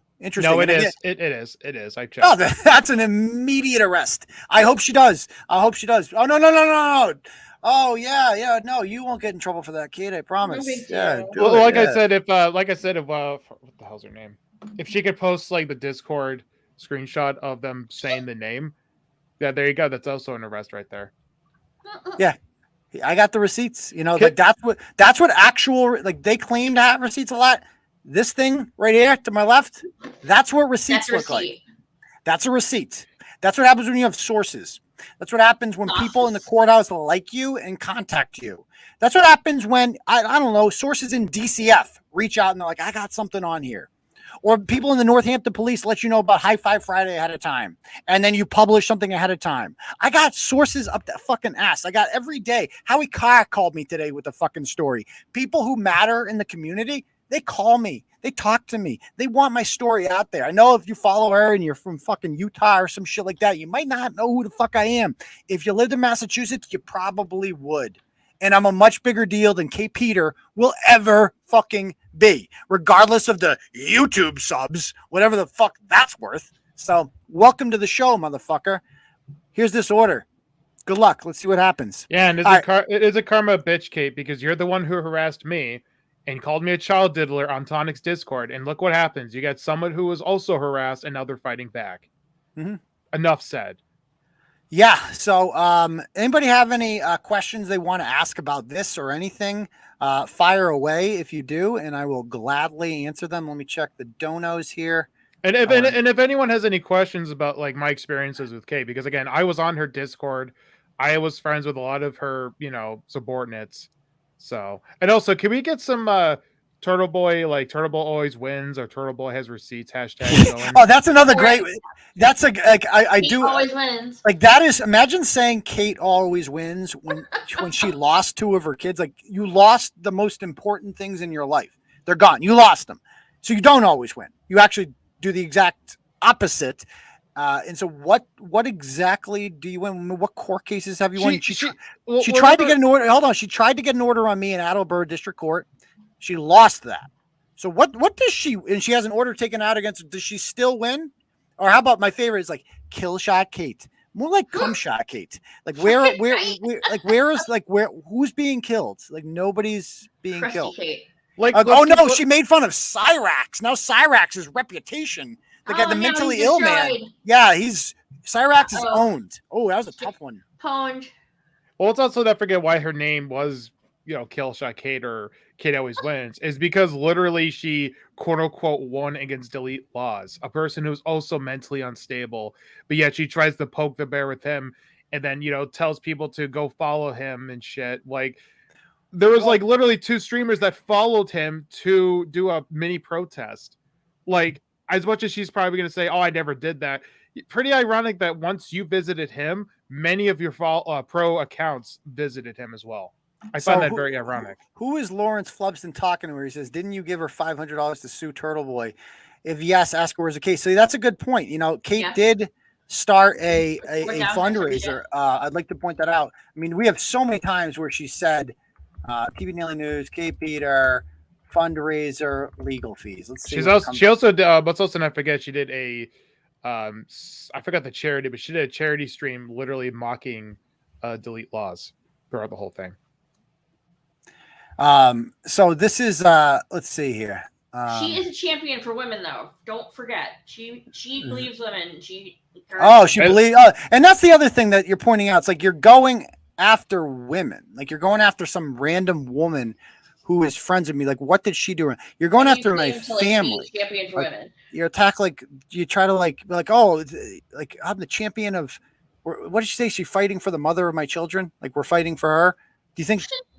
How do you think she appreciates that? Like, no, she doesn't like you either. Like, nobody likes you. Nobody wants your help. Well, let's not forget she also had mental health, and she was so depressed. And ironically, during her depression, so is everyone. No, she said on her Discord she was very depressed, but meanwhile she was restreaming people and then making fun of Cyrax. That's what I do when I'm depressed. I don't like to lay in bed. I go wicked active on YouTube.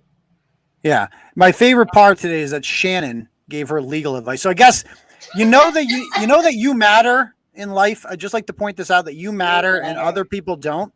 When all it takes, when you put out a video that you saw earlier of a man coughing his brains out and dying, or another video of just clips showing, how people are complete frauds. Maybe we can watch one of those in a moment. And then because you just put out the video, you don't say a fucking word. I didn't say a fucking word about it. I just put out a video. I thought it was funny. And then the reaction to that is like everybody drops everything. Emergency fucking live stream. All hands on deck. We're going to discuss this for fucking hours. Everyone's coming out of the woodworks. My new friend Mike Gaffney is going to come up here. We're all going to talk about him for fucking hours. That's how you know that you matter and they don't, because I don't react that way at all. Like I did a whole show tonight. This is the extra part. Okay. The main topic, the court This was was the our topic scheduled show on a scheduled night. We didn't like jump into it like for that reason. Yeah. It's like, why do you care about your sex? I would assume hers is rather dry. You know, No. That means double ways, yeah. No, don't worry, dude. She's got delete laws and Cyrax. You know, she's fine. She's set. Yeah, Cyrax so Melinda says. disease itself. So Melinda says, serious question for the people who watch Kate. Why? That's a great question. Right? I mean, are any of them here? It's please true. don't block them. No. If they're here, please don't block them. Like I allow them to come up, and I mean, they're kind of retarded, I guess. But that's a great question. Is why? Like, what do you find appealing about it? Is it the voice? It can't be the voice. I think a lot of it, like Bret said over the years, it's like a lot of these guys are just unfuckable losers who look at her and it's just like, oh, she's hot. Like that's like the first woman I've ever seen that's not 5,000 pounds. She's getting there, but you know, and sure, she's got a fucking. She has like talons on her feet called toenails, but I'm willing to look past that. You know, maybe I'm not. That's a deal breaker. You nailed it on the head, dude. Because notice how I'm just saying, as someone that used to watch her streams and stuff, notice how in every stream she has done up to recently, she's always got some form of cleavage. And then you got Harry Balls and Pat saying, "Man, Kate, you got nice cleavage today." Ha ha ha ha. Moving on. Here's delete laws. Yikes. So apparently that it's not, I couldn't, like, again, I think Kate's, you know, she's seeing a lot of the stuff. She's like, wait a minute. He was available and he didn't send me any dick pics. Like, I think that's what she looks at. And she's like, she's befuddled by it because she was closer to me than anyone. The Kimberly Lynn thing happened. And, you know, that was embarrassing when that happened. And we've all seen that. But I'm sure part of her started thinking, wait a minute. How come I'm not having these conversations? You never had these conversations with me. Right. It's because you're gross. It's because you're gross. It's just because you're disgusting. Like that's mainly why you're not my type. I don't like 6-foot ogres who are, you know, their faces are covered in like some sort of looks like the moon. Like it's. Dude, you couldn't give me a hard on if you tried, girl. Sorry. If anyone here doesn't believe us, go watch her encounter with Chili, and Chili's got a good view of her entire. Oh, there's some still shots there. Oh yeah, look at the still. Just look at the still shots from that. You'll see. Did she really let herself go? Yeah, I think she has certainly let herself go. It's not like she exercises or goes to the. I mean, that's the thing. It's like this does not control my life. I exercise. I ran 6 fucking miles today, man. Computer, Aiden? Wow. Yeah, I do shit. Like it's good to get out and exercise and have a fucking life and be healthy and stuff like that. Obviously, living on the fucking computer is not good for anyone. Yeah. And did you see what she did yesterday? She was neither not confirming nor denying it either. And then she deflects the subject by saying, "Oh, well, Lauren should go eat an ice cream and, you know, she's going to throw it up later and blah, blah, blah." I'm like, Kate, you're not either acknowledging or confirming or denying any of that. That's what she so I saw that last night and I'm like, so they're showing pictures of like Lauren the Laguna on there or whatever. And I'm like, I mean, she's obviously much more attractive than Kate. Everyone can see that, right? Like, it's like, they're not like, I'm not hitting on her or anything like that. I'm just pointing it out there. It's like kind of undeniable. Like you're calling her ugly. Of all the things you could call her, you're going to call her ugly. Like, have you seen what you look like? Not a good look. Not a good look. Anybody else have any other questions they want to ask me? It's Deb. See, they like you. They like your laugh there, Deb. You're very pleasant. You're very easy to get along with. Infectious laugh. Yep. You guys got any questions for me about my experience with Kate? Also, I'm also open for that. Let's see. Doesn't she rip every time I talked to Kate on the phone back in the day? It was she must just rip $1 million a day. She had to pimp out her sponsor. Yeah, remember that? She Yep. I mean, that's nice. She smokes weed. Let's also not forget she smoked weed on YouTube. Isn't it TOS? Dude, nobody gives a fuck about weed. Stop. Stop. You're TOS. No, you're on the wrong show if you think I give a fuck about that. Okay. Right. Okay. We're demonetized, man. We fuck TOS. So I'll let you know about that, Suzanne. You have my number. You can just text me and I'll let you know when it is. By the way, can I just point out also that she has told Chili on many occasions, like Chili says, oh, she gets monetized for making videos about me. Meanwhile, Kate claims even though she doesn't get ads on her channel, she still gets donations. She got a I think she was either $50 or $90 donation like the other day, just because she was talking probably about. Sent it from herself. No, Kate has said on multiple occasions that she's not a lawyer, but sure knows more about the law than me. I mean, again, like I mean, we've all heard the court audio of her in Attleboro with me 2 years ago, in which she attempted to lecture the judge about federal law and just got smacked down, and it's fucking hilarious. It's like, you're not on YouTube anymore, girl. You're in an actual courtroom now with people who know what the fuck they're talking about. And you might not think this order is a big deal or whatever, but it has teeth behind it. And if you violate it, when you violate it, I feel like it's only a matter of time, you're going to get arrested. And that's not good. Isn't it sad the only court case she has won is against Chili, as far as my recollection? Yeah, I mean, well, it's easy to win a court case when you are girl and a guy, yeah.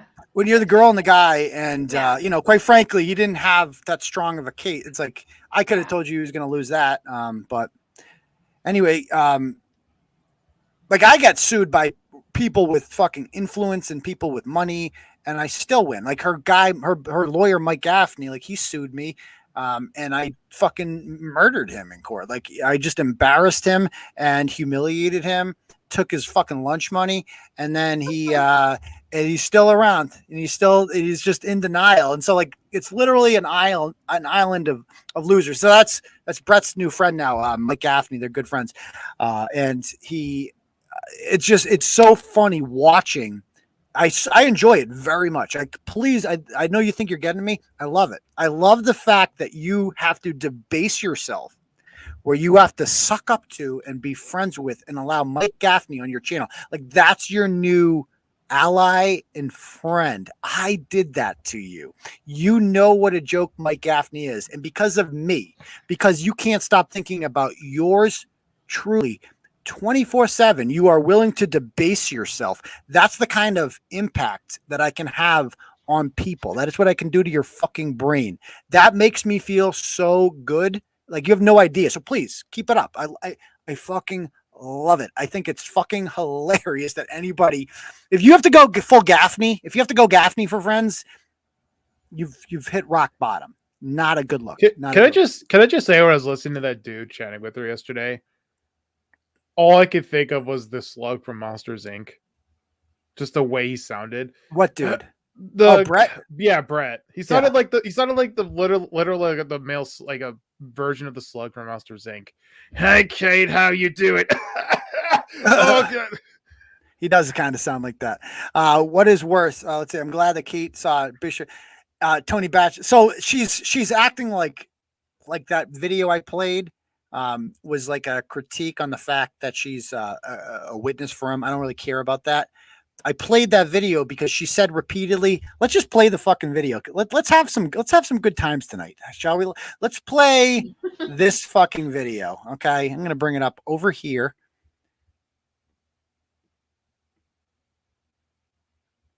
I think of you on 24/7. That's very kind of you, but you're not in the same way they do, I don't think. So let me play, so let's check out this one. And again, so this is Tony Branch, the guy that's suing me for calling him a fake bishop. Here are Kate's thoughts about Tony Branch a few months ago.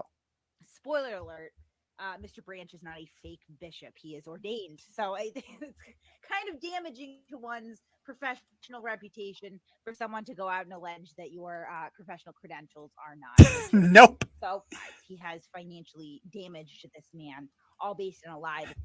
He has financially damaged the man. Plaintiff has no damages. He does not have legitimate professional credentials that he is asserting that he does. I may or may not. He has legit credentials. He goes, it includes a bachelor's degree that you admit you don't have. Yes. Right? Yeah. And then you use it to get a job. Yes. Oh, he's got legit credentials, though. I mean, this is just so. The reason I put those comments that she said on there is just to show you that despite the confidence in her voice, everything she's saying is completely full of shit. And I have the sources. I have the receipts to show you that. Like, it's literally, no, actually, he doesn't. He's actually making it up. And if you have to defend this guy to try to own me, then it's not going to work out well for you. Like, you're going to lose just like he's going to lose. So, yeah, I'm going to turn. I don't know why the volume didn't come up on this. Yeah, that was really loud. That was loud? Somebody says to turn it up. Low. It's as loud as it can get. So I'll play it for myself. And I know that he is ordained, that he did not go to an online school. He has an actual degree from a theological college. He is an ordained bishop, and even just went with his gut feeling without any care for the truth and damaged this man and by extension his family. So this is what he does. This is what he doesn't want you to know, that whether or not he was even an ordained bishop, which he is, right? And that his daughter goes online and looks up his name and sees this garbage. And sees this garbage. Brockton Hub. This is the Brockton Enterprise. Underage sex allegations against Tony Branch appear to be substantially true. Oh, no. Very, upset and hurt at the idea that her father is not a real religious leader, which, again, he is. Oh, here's more court documents. Whether or not husband had sexual intercourse in the kitchen when wife was 15 or at the Hellbrook when she was 18, husband's denial of any sexual relationship before they moved together is not credible. Oh, he's a pedophile. Simply asked that he take out the part where he called him a fake bishop because he is in fact not a fake bishop. And here he admits to so people called you a bishop when you were not a bishop. Did you correct them? Nope. Aiden this guy is a fake. Did not. A clergy, that he got an online degree and he's just trying to rip people off for money, even though, I mean, can you make money by changing housemasters to deans? Yeah, that's what I accused him of, Kate. No, that's actually not what I was accusing him of, Kate. I was accusing him of committing DCF fraud and other forms of fraud, which he did, and he was brought to court for that. He has over $100,000 worth of judgments against him, and he was forced to clear bankruptcy in 2016. I know this because, unlike you, I got sources, I got receipts, I do research. I'm everything you pretend to be and that you will never be. I'm a good parent. I am a respected member of the community. I am not addicted to drugs or alcohol or anything like that. I'm literally everything that you pretend to be and never will. And that's why you hate me, because ultimately you'll never be me. Here that Anthony Michael Branch does have a case that he has suffered damages, and it just does not look very good for Aiden about. And why would you think that he couldn't talk about it? Well, he couldn't talk about it because he is probably going to get smoked. Oh, yes. This lawsuit's not going very well for me. Yep. Right. Or how about this one? So this was like, I don't know why this was so quiet, this one. But just... Yeah. So this is like, again, I care about my kid, and how dare you talk about my kid? Let's listen to some things that Bret has said about her kid. And they'll be like, we talked about that in the open and nobody cares anymore.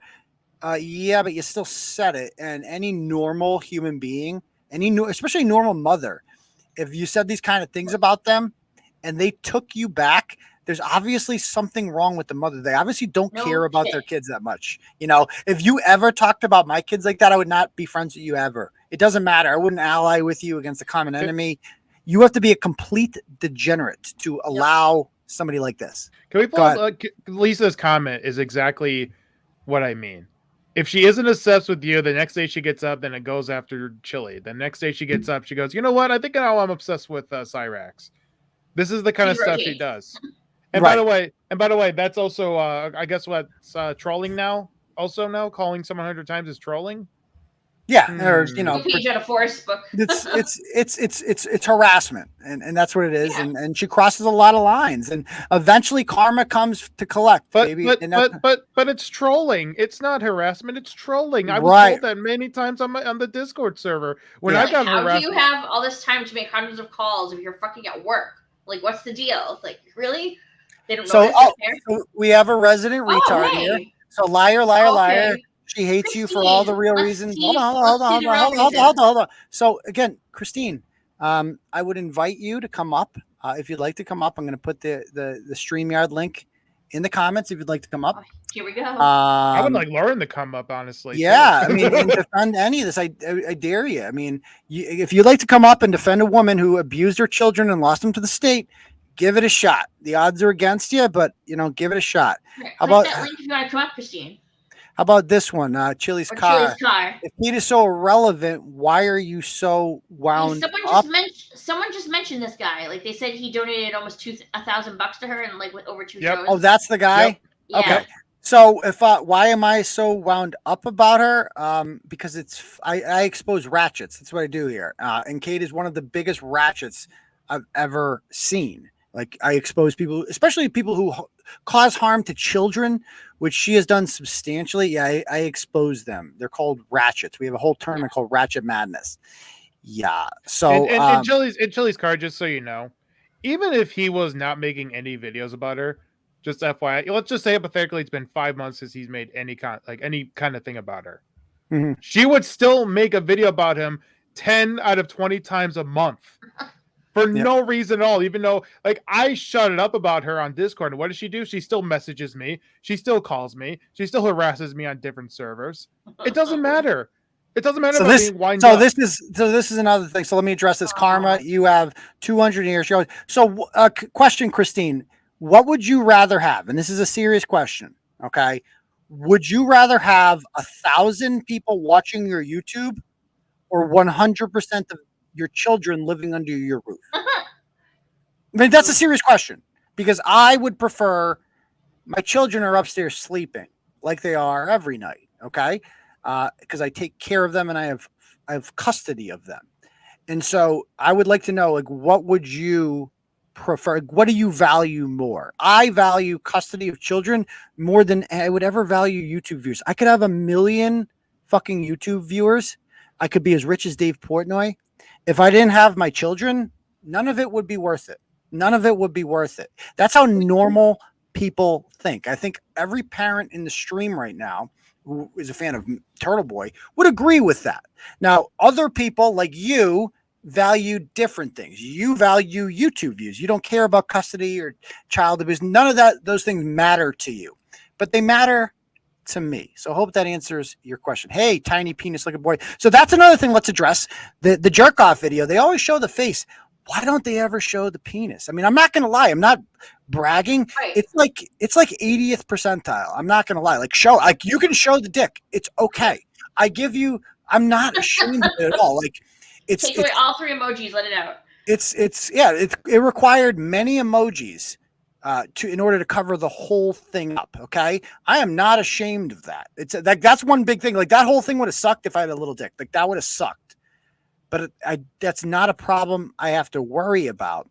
So again, like the video is just a travesty, anyways. And again, I got the receipts. What the fuck is this? You'd fall on your punishment face. See, dude, there's like it's everywhere. Trust me. Like who hasn't seen it? It doesn't take much. Yeah, like everyone pretty much has seen it at this point. So, and again, I mean, you guys, if you've seen the video, you can confirm. Like I'm not bluffing. The fucking evidence is there. I bring receipts, right? I got receipts. You've seen the video.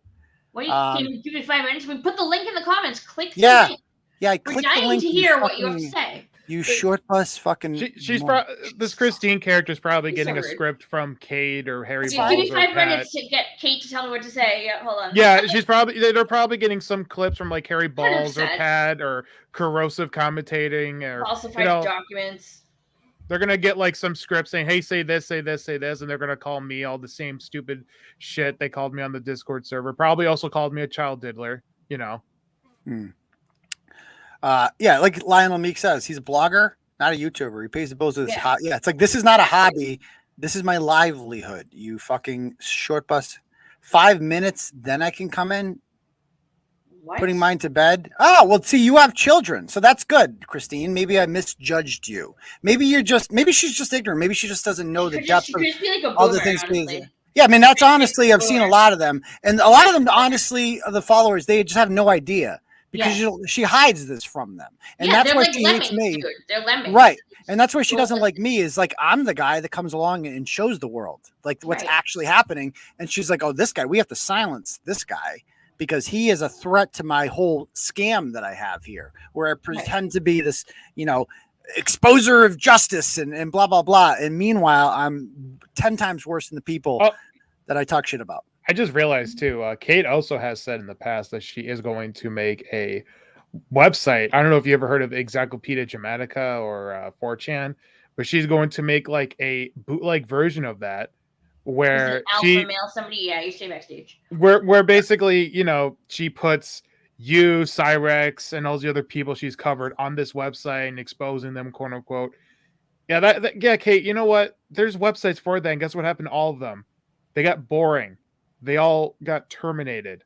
They all are not funny anymore because that's not trolling. Right. Yeah, trolling has to have an element of humor to be legitimate. Like the guy. Let me play some more of this. Oh, indigenous isn't when you put your fingers in a dog's butt? No.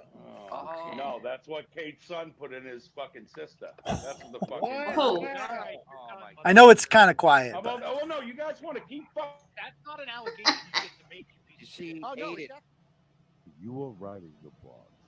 Listen to the tone. Everyone liked them more. Everyone liked them. Saturday shows for me and him. Oh my God. I'm assuming you haven't seen his last Saturday. It's just like, listen to the tone. It's like it just changes. And that just proves like that man right there who you just heard there, who will, I mean, he's not going to be alive in 5 years, so it doesn't really matter that much.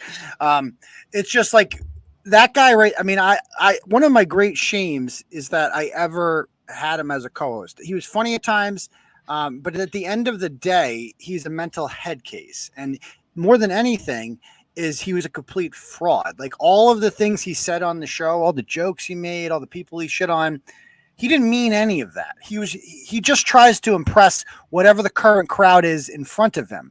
And when he was here, it's like he tries to impress you guys. So he shits on Kate because that's what we do around here. And now he needs to impress her, or else no one will pay attention to him. So Kate, when you wrote the best blogs, everybody liked you more. I superimpose that not to show that, like, you know, he said all these horrible things about you, but I do that to show that this guy is the biggest fraud, and I'm so sorry. One of my great regrets is ever presenting him as somebody who is like this authentic person. He's not. I mean, that's the person you heard right there. He's a complete fraud, and I deeply apologize. Yeah, I mean, at least Kate's a psychopath. You know, Bret is just a complete fraud in every sense of the word, and he's the most sensitive little bitch. Like all it took for him to do a 5-hour spurg about me last night was a video of him coughing.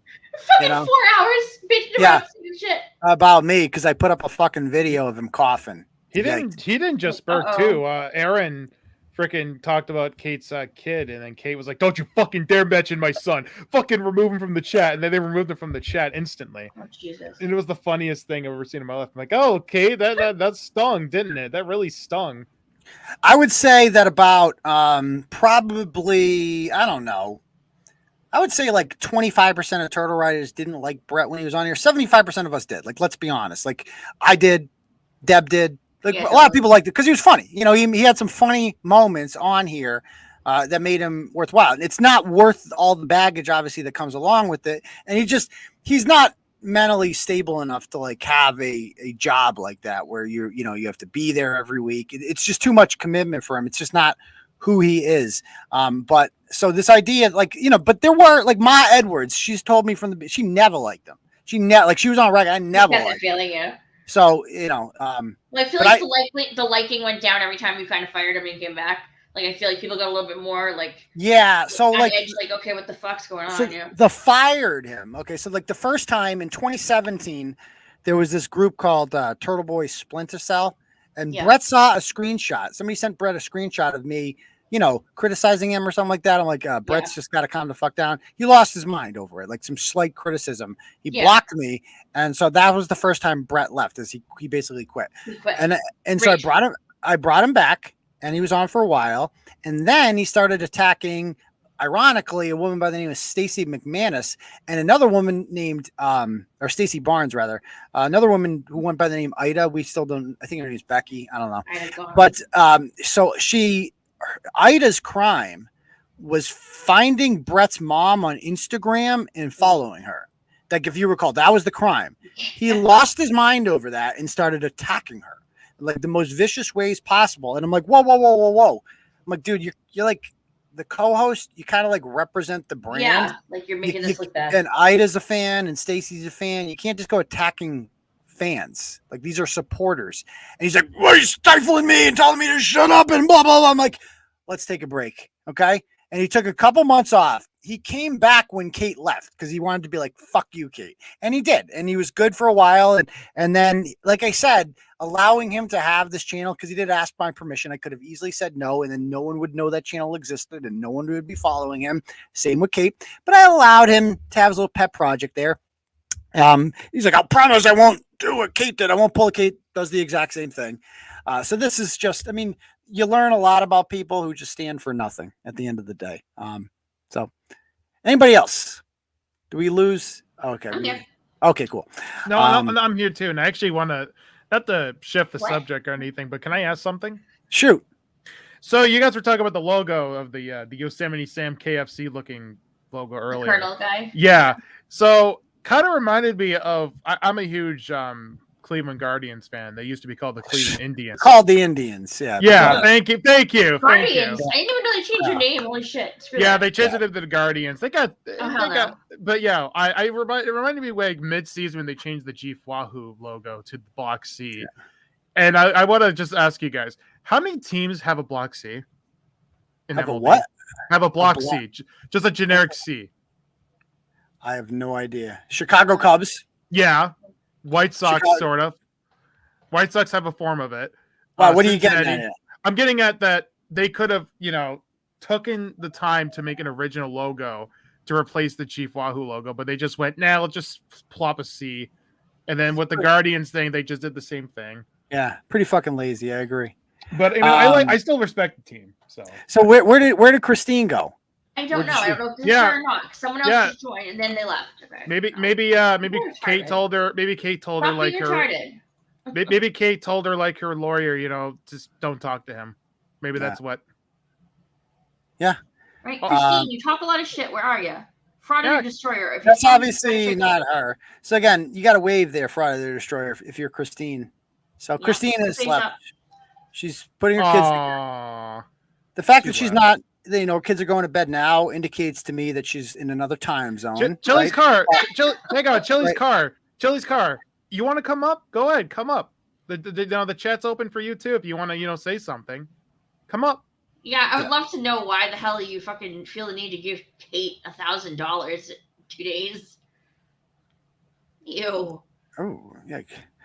Kate was friends with my old roommate in 2014, and she used to prostitute on the Ave in New Bedford back then. And interesting. Why is Boss Bitch so obsessed with you? So her real name is Roshana Buckley. Roshana used to be a fan of the show. The blog early days. Like, she was from Worcester. She lived like 2 blocks away from where I grew up, and I think she's like my age too. Oh, hold on, Christine. Hold on, no. Okay, well, so Roshana would buy merch back in the day, was a huge supporter of you should see all the messages Roshana sent me about Gaffney. She was obsessed with Gaffney.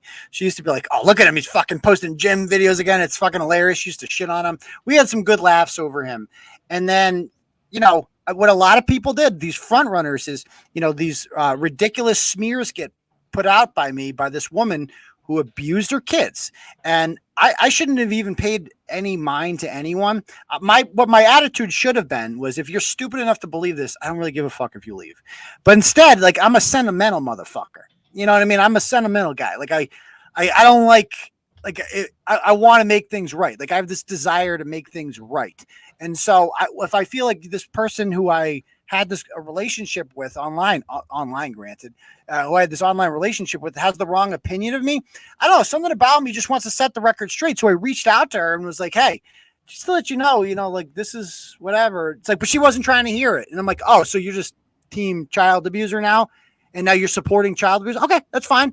And then she got all mad about it. She's like, and so I've also found out that she was accused of doing something to our old friend Clarissa that was unprofessional.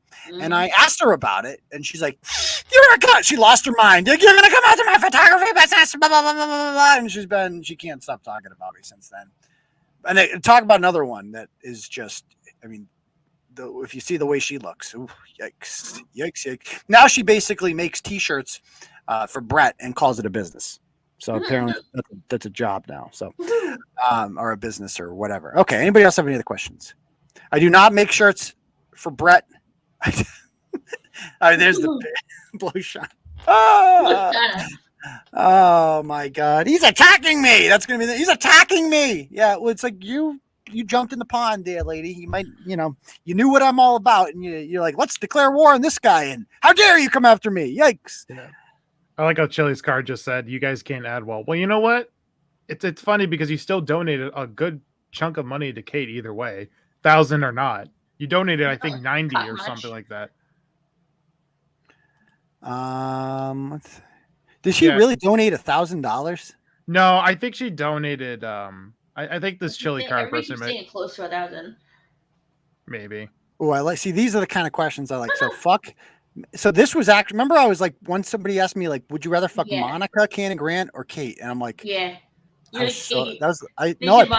picked Monica. Like, yeah, you did Monica. That's so disgusting. Okay, so fuck, marry, kill, masshole, boss bitch, or me. Oh, okay. Definitely kill Kate, 100%, because she's like big bane of the existence. So okay, I would say, okay, yeah, you're right. Kate has to be killed.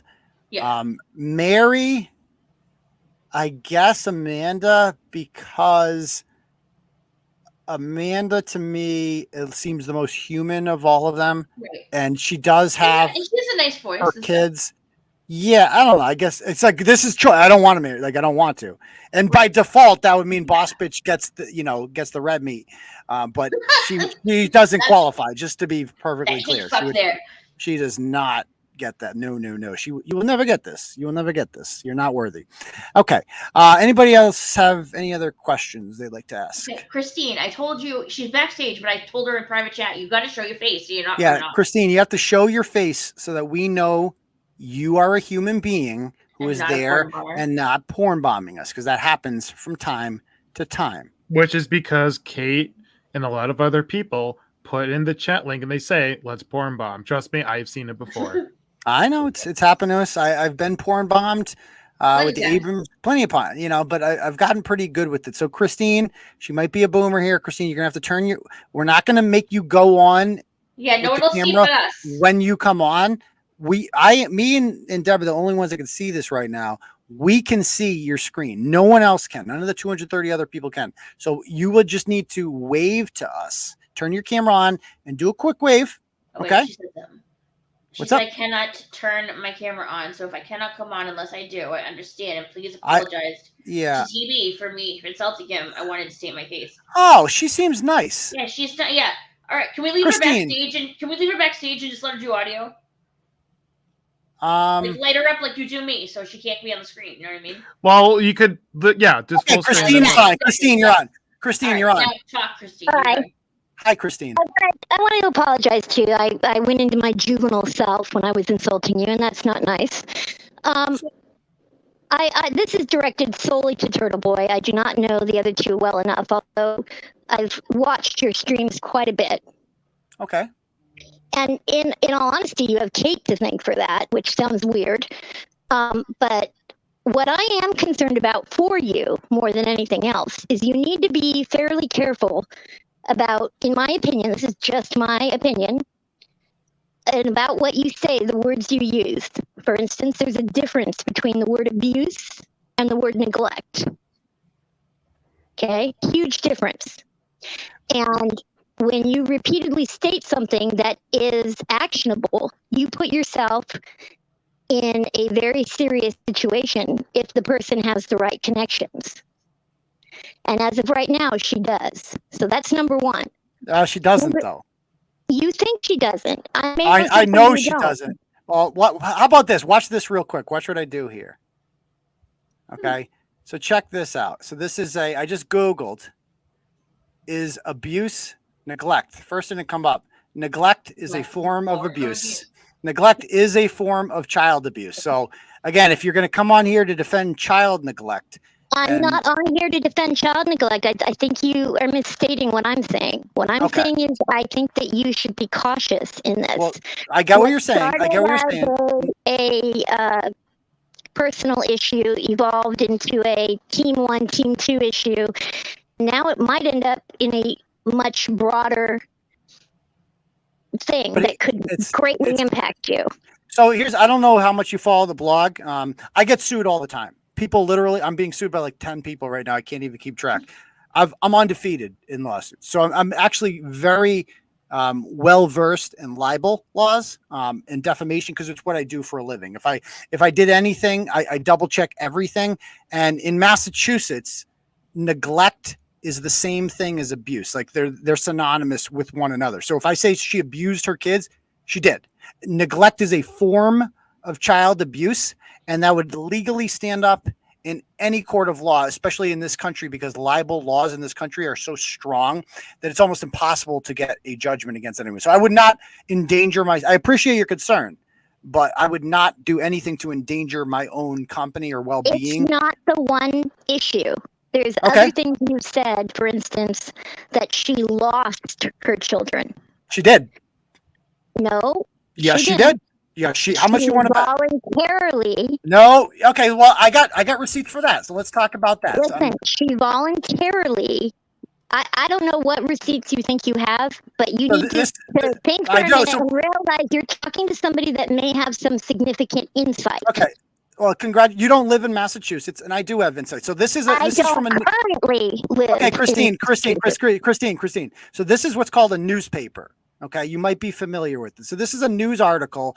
Don't insult my intellect, please. Okay, that's right. You're not. I apologize. So the title of this news article is "Attleboro Couple Adopts Brothers on National Adoption Day." So I've read it. Okay, but did you read this part down here, where it says specifically, when a reunification attempt failed for Wade's brother Hunter, the Stevens agreed to take him in. So Kate did not just give up the children.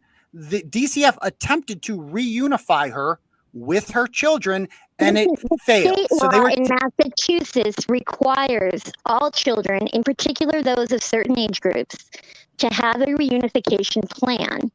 Yes. All the time when DCS is involved. Yes. And when that plan comes to an end, they use the word failed, whether or not the person voluntarily decided to give up their children or did not voluntarily. We've also published Kate's DCF documents that specifically state that Kate relapsed, started doing drugs and alcohol again, and lost her children permanently as a result of that. We showed you that. We've published you showed me a document that I guarantee you is not what you think it is. How can you guarantee me that? How can you guarantee that? I have not always not lived in Massachusetts. Hey, but I'm the guy with the sources. I am the source. Dingbat. Whoever you are. No, you know. Talking about this. You can't figure out how to use a phone, but you're the source. Right? It's not that I can't figure out how to use a phone. I'm in California for very specific medical treatment. So look at this. This says Commonwealth of Massachusetts Department of Children and Families Service Plan. Okay, so this is the whole service plan. On March 10th of 2014, the mother and father signed an open adoption agreement. In April of 2014, the child was discharged. The other child was discharged from St. Vincent's and reunified with his mother. The daughter was reunified on February 19th. These two kids were then removed again in May of 2015 after a hotline response was initiated due to the mother relapsing and going to crisis. The department had concern. Her daughter, sir. She lost the two younger sons, though. No, she didn't lose them. Okay, she did. She voluntarily gave up parental rights. So you believe? So let me get this straight. You believe that she gave up two? How did she pick the two? Because, sir, there's certain things that went on in that case plan. Each child may have a similar case plan, but children have different case plans based upon their needs and the family situation. So why did she pick? So DCF said you're going to give up. You can keep two. Which two would you like? I'm going to give you a for instance that does not relate to her case, but you'll understand. Please answer the question, because you're here to defend. You're making claims. I'm not defending Kate. I'm telling. No. You're not. you're not. But yeah, I know you're trying, but you're not actually helping. I'm trying to help you understand. Children of a different age. You said you came on here and you said no. You came on. I'm gonna let you. I'm gonna mute you for 1 second. Then I'm gonna let you talk because this is my show. I talk, you talk. You came on here and you said that abuse and neglect are not the same thing. I showed you that you were wrong.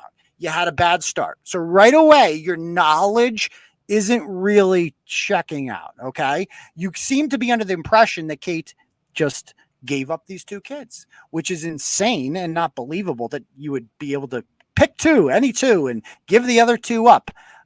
That did not happen. Now, her mother's name is Monica Earls, and Monica wanted the custody of the kids in 2010, which is why she wrote an affidavit saying she was worried about the well-being of these children. So these kids were taken from her. If you have any DCF involved in your life like this, if your kids are being moved into foster, you've already failed. Like nothing, and you've completely given up the right to criticize anyone's parenting skills ever. But I'm going to unmute you. Go ahead. Okay, go ahead. I'm going to get off after I say this because you don't want to play nice or fair. But first of all, your mic there's a difference between definitions in a Webster's dictionary and what the law defines. So that's where you're wrong on the first one. Okay. No, the legal definition of abuse and neglect is very different. Okay, we're gonna mute you right there because we are gonna correct you.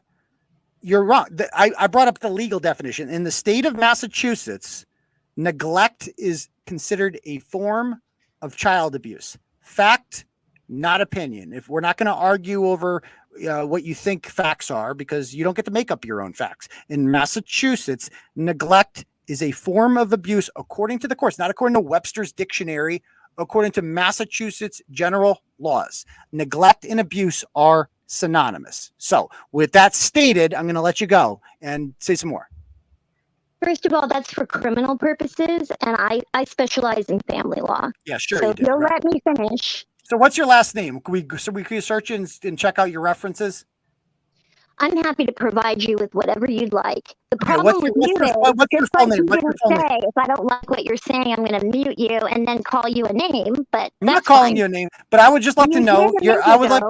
Okay, so I'm just going to pause you because your mic is so bad. I think it's a voice changer, age. I'm pretty sure it's a voice changer. Okay. So I would like to invite Christine. So you claim to be this person. I don't know you. Okay. If you have credentials, please state your name right now, your full name, where you're from, so I can verify them real quickly. Because if you just come on here and you say, well, I'm an expert, you trust me. I know a lot of people. No, I don't.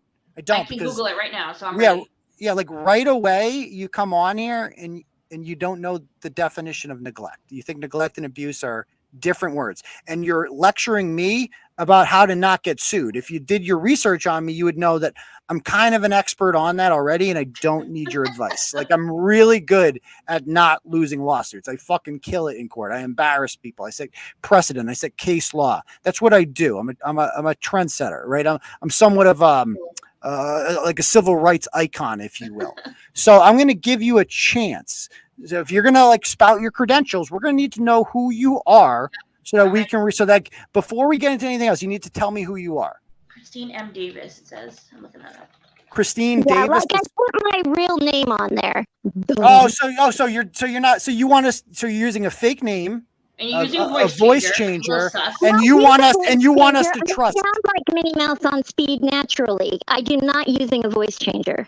Okay. Then how is your mic? You sound like a chipmunk, and your mic's breaking up every time you speak. So, but bottom line is here. So she says she's an expert. Let me finish one sentence. And what's funny is that sentence might help you, but you're so okay. So it might help me. Yeah, we need advice from a person who we don't know, who we can't verify. Now, if you could prove to me that you're like, that you have some sort of credentials, I might take you seriously. You need to do that, Christine, if that's your real name. You need to show me that you have some sort of credentials where I should take your expertise seriously. You can't just come on here and say, I'm not going to tell you who I am, but trust me.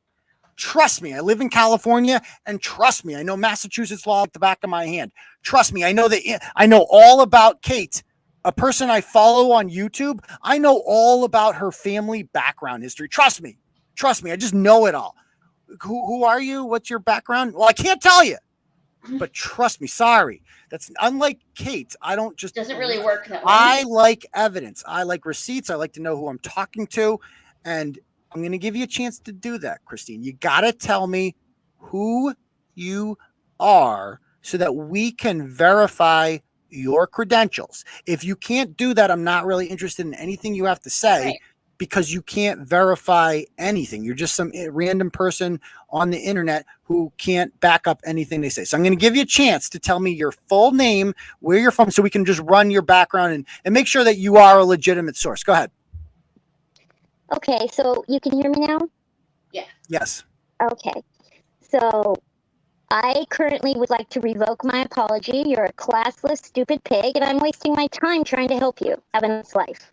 Okay, see, we win again. Okay. So Turtleboy always wins. And when this is your enemy, guys, I mean, I brought her up because I like to illustrate how stupid the people are who oppose me. Like that individual is very, very stupid and is very, I mean, like if you believe, literally her entire thing, Deb, was like, well, I know about Kate. Well, how do you know? I know stuff. I really know stuff. I'm really I really do. I can't verify anything, but I do. I'm an internet person who can't figure out how to use a fucking video.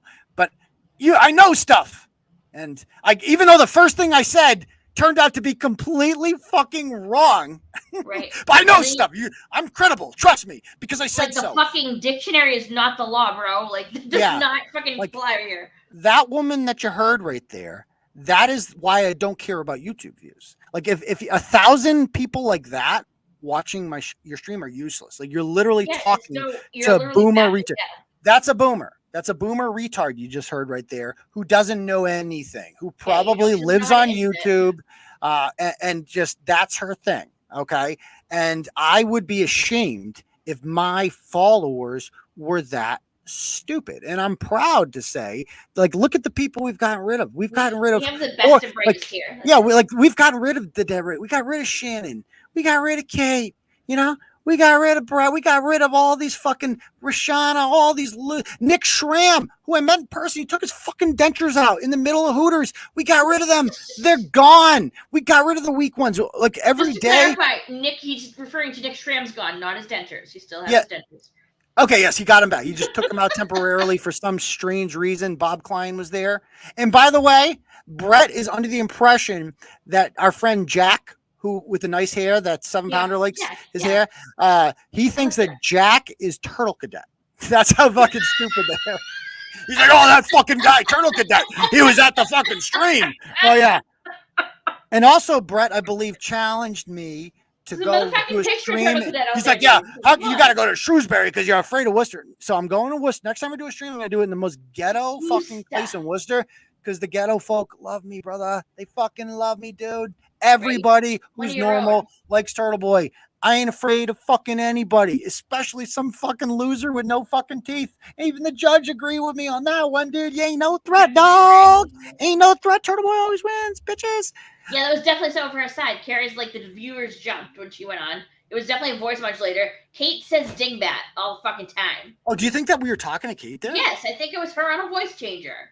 Like she's pissed you got that document. She's trying to be all fucking ring and trying to sound. And she would never come up as herself, of course. So she had the voice changer. Who calls people dingbats? Nobody. Does she use that word a lot? Yeah, she calls dingbat. Ooh, that's interesting. That's really fucking. That's not a word people use a lot right now. You know, wow. like fucking. Let's take a vote. Do you guys think that was Kate Peter? Vote 1 if yes, 2 if no. Is that Kate Peter? 1 if yes, 2 or no. They're restreaming me because why? Because I matter. Do I restream hers? No, because none of my followers give a fuck about you. Like they did that whole stream yesterday. You know why nobody defends me in there? Because none of my followers watch you. Like nobody. No, yeah, like Deb's just like, you know, I can't watch. I don't have time for this. I really can't. Wow, everyone. My brains out. No. These people really all think I was talking to Kate. Adam Hurst. I trust Adam Hurst's opinion. Adam Hurst is a loyal guy. I've met him in real life. Wow, overwhelming, huh? Alex is no. Suzanne's on backstage. She's you want to bar her up? She said she ran the thing for a voice modulator. That's Suzanne. Is that the real yeah, Suzanne? Really Suzanne, can you just wave real quick? She really is. Okay. I know it's her. Yeah. Hi, Suzanne. How you doing? Hey, Dom. How you doing? Good, thank you. What do you got? Well, I ran it through a voice modulator. And, now just took a quick clip and, whatever. It was Kate. It was her cadences. It was everything. You think that was Kate, huh? If I'm wrong, I'm wrong. But wow, you guys know her better than I do. She really is crazy. I'm just gonna say my estimate is 90%.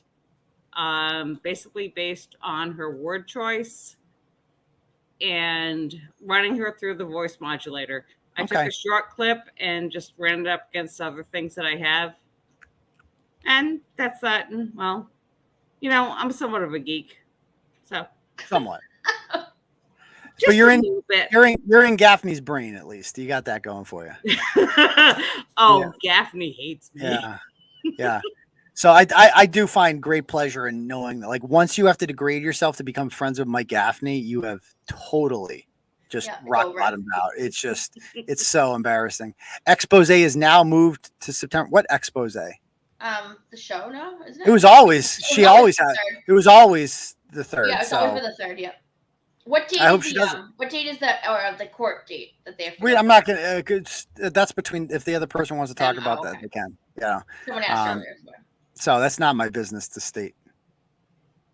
All right. Anybody else have any other questions? I mean, Kate says she knows the law, and so did Chris. But that doesn't prove anything. I'm a guy that likes, real. I mean, that's a clue. I suppose that would be a clue, but that doesn't prove anything. So I don't like to make accusations unless I know proof. So on record, I'm not going to say that was her. A lot of my followers seem to think that is her or could be her. But I bet you most of you wouldn't bet your mortgage on it. You know what I mean? Your firstborn son on it. You can't know 100% for sure. She said you were classless. Oh, that's interesting. Yeah, definitely a lot of the word.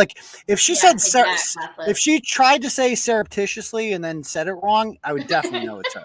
I would definitely know that's her. If she said unequivocally, it would be unequivocally. Yes, she's not. Yeah, she's really not good at hiding it. Like that DCF letter was just so far overboard. Yeah, Mr. Chu put big words unnecessarily. You don't need all these extra adjectives randomly. If she had just kept that email, brief. It had to be brief. To the that's point, the problem. That would be. You might have fooled me a little bit, but you're right. It was just too much. It was too much. She just got carried away. You just did too much. It was too much embellishment. I'm with Sarah. Either way, it was fucking hilarious. If it was her or it wasn't her, it's like I hope it was. I hope it wasn't her, just because I like to point out that, the defending the voluntary choice, that was the best. How do you pick? Talk about Sophie's choice. It's how do you pick which two kids you keep? That's the most insane. That's even worse. It's even worse.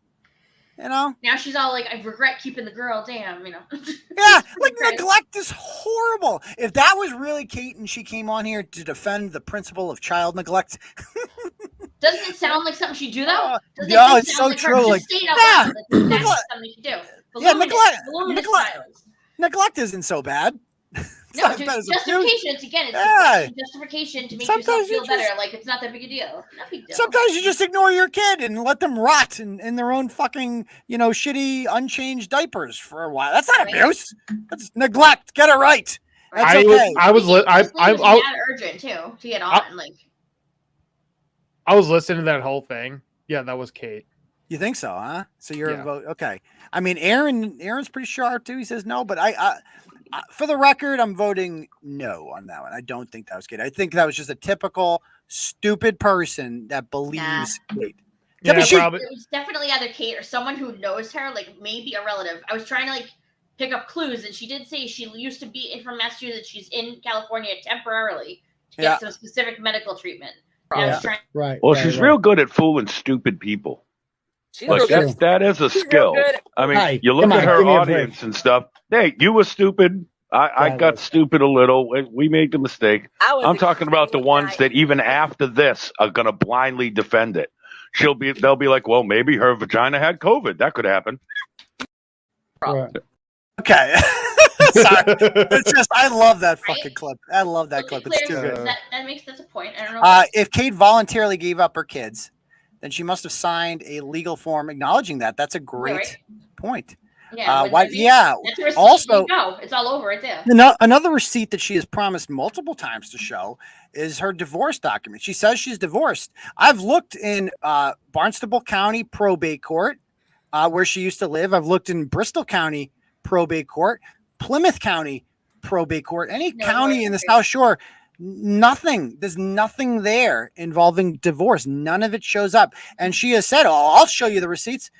Again, Kate, I will throw this. If you can show me, I'll shut the channel down for fucking good, Kate. I'll leave you. I'll stop talking. I'll stop exposing you. All that shit. If you just produce your divorce records to prove, because if you're lying about that you're divorced from Stephen Young and married to Andrew Johnson, then your followers might start asking. Might. That's a stretch. They might start asking, what else is she lying about? That's the thing, dude. She says, "Oh, I'm going to do this," and never does it. Yeah. My experience with her, with the whole thing about her going to California and going to confront Furry Potato, never happened. Mm-hmm. She said, "Oh, I'll do it." Never did. That's a good point. Let's see. When I grew up in New England, I guess where anyone was from, by the New England, that's interesting. I mean, that person acted like she said they were in California for cancer treatment or some shit Medical like that. Treatment. Yeah, that's she'd been in Mass recently. We have the best hospitals in the world. That's what's asked backwards. Why would you come here from California? That's like what we're known for is our fucking hospitals. That's all we have going right now. Yeah. She left and went to the other side of the country. Yeah, I went to the fucking shitty part of the country for healthcare because that's. I'm just taking my chances. I felt like fucking gambling with my life. It was cool. If it was Kate, by the way, man, is her attorney going to be upset with her? She is an attorney. Again, to you, allegedly. See, maybe she thinks she skirted the attorney because fucking she downloaded a voice changer. Yeah, maybe so. Okay. Anybody else? This is a good show. We got a good crowd tonight. How many? Let's see. How many? 115. We got 223 people watching, folks. Let's get those thumbs up. Give us a thumbs up if you're watching. You guys know how to do it. X out of the chat if you're on a phone, and then the thumbs up's there. Oh, so Lisa thinks that in 5 minutes. There's another interesting theory. I thought that too. Yeah, because we all know that kids do put together a bed at 11. Like if they're going to bed at 11, they're too old for you to be putting them to bed. Right. We all know that Kate's watching. She actually has on her Discord a whole tab dedicated to yours truly, called Turtleboy Watch. So they have a whole tab where every time, and I'm not lying about that. I'll show you. It's called Turtleboy Watch. So like I go to here. Let me share this one. And I'll vouch for you guys on this because I was on that Discord. It's not just her Discord that has this. It's Tonics, it's Fixas, it's a lot of other people's freaking Discords that just have a whole thing dedicated to watching this show and watching Chili and watching other people. See, look at that bottom. Connie Watch, Cyrex Watch, Connie Watch, FTP Watch, wow, Patty you guys Watch, are fucking lame. Turtleboy Watch, and what's she saying here? So she's in the red. I've never been accused of child abuse until yes, you have. Until Aiden started accusing me. Oh yes. Are they saying anything about me on there? I wonder. Not you don't have your own watch page yet. You're not cool enough. Pasture Farms and Dairy or whatever the fuck that is.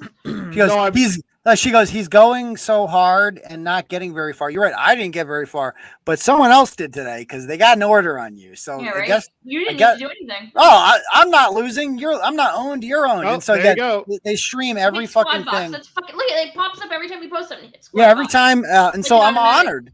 I'm honored that because I don't have anything like this for her. When Kate goes live, I don't know it. I don't give watch a fuck. it. No, literally, no one in my followers cares enough. No, and can't listen to your voice, quite frankly, for that long a period of time. Especially with Shannon. Oh God, no! It's like, my God! Oh, Shannon. It's like when you're sick and you can't stop shitting and puking. It's like the both together. Can I just say that I love the Shannon dynamic. I think that makes me more happy than anything because I know from my conversations with Kate over the years how much she detests Shannon and the part about Shannon that annoyed Kate the most was the fact that Shannon was a know-it-all when it came to like law enforcement stuff, because she would always reference her blue family and, you know, my dad's a cop and stuff like this. And so Shannon has kind of worked her way up to be like Kate's right-hand person and is very territorial. Like always has to we went out to Applebee's. We had, you know, I can text Tate. I have her personal phone number. We're friends now. And there's been a couple times where she has like corrected Kate and said, like, actually, Kate, this is how it works. And I can just hear Kate's teeth, like remaining teeth grinding, being like, I have to pretend to like you because I have to split it in. But I know, Kate, God bless you for dealing with that. And like, I couldn't imagine how painful that must be to pretend to like Shannon LeBerry. I mean, that's the most degrading thing. Liking Gaffney is one thing.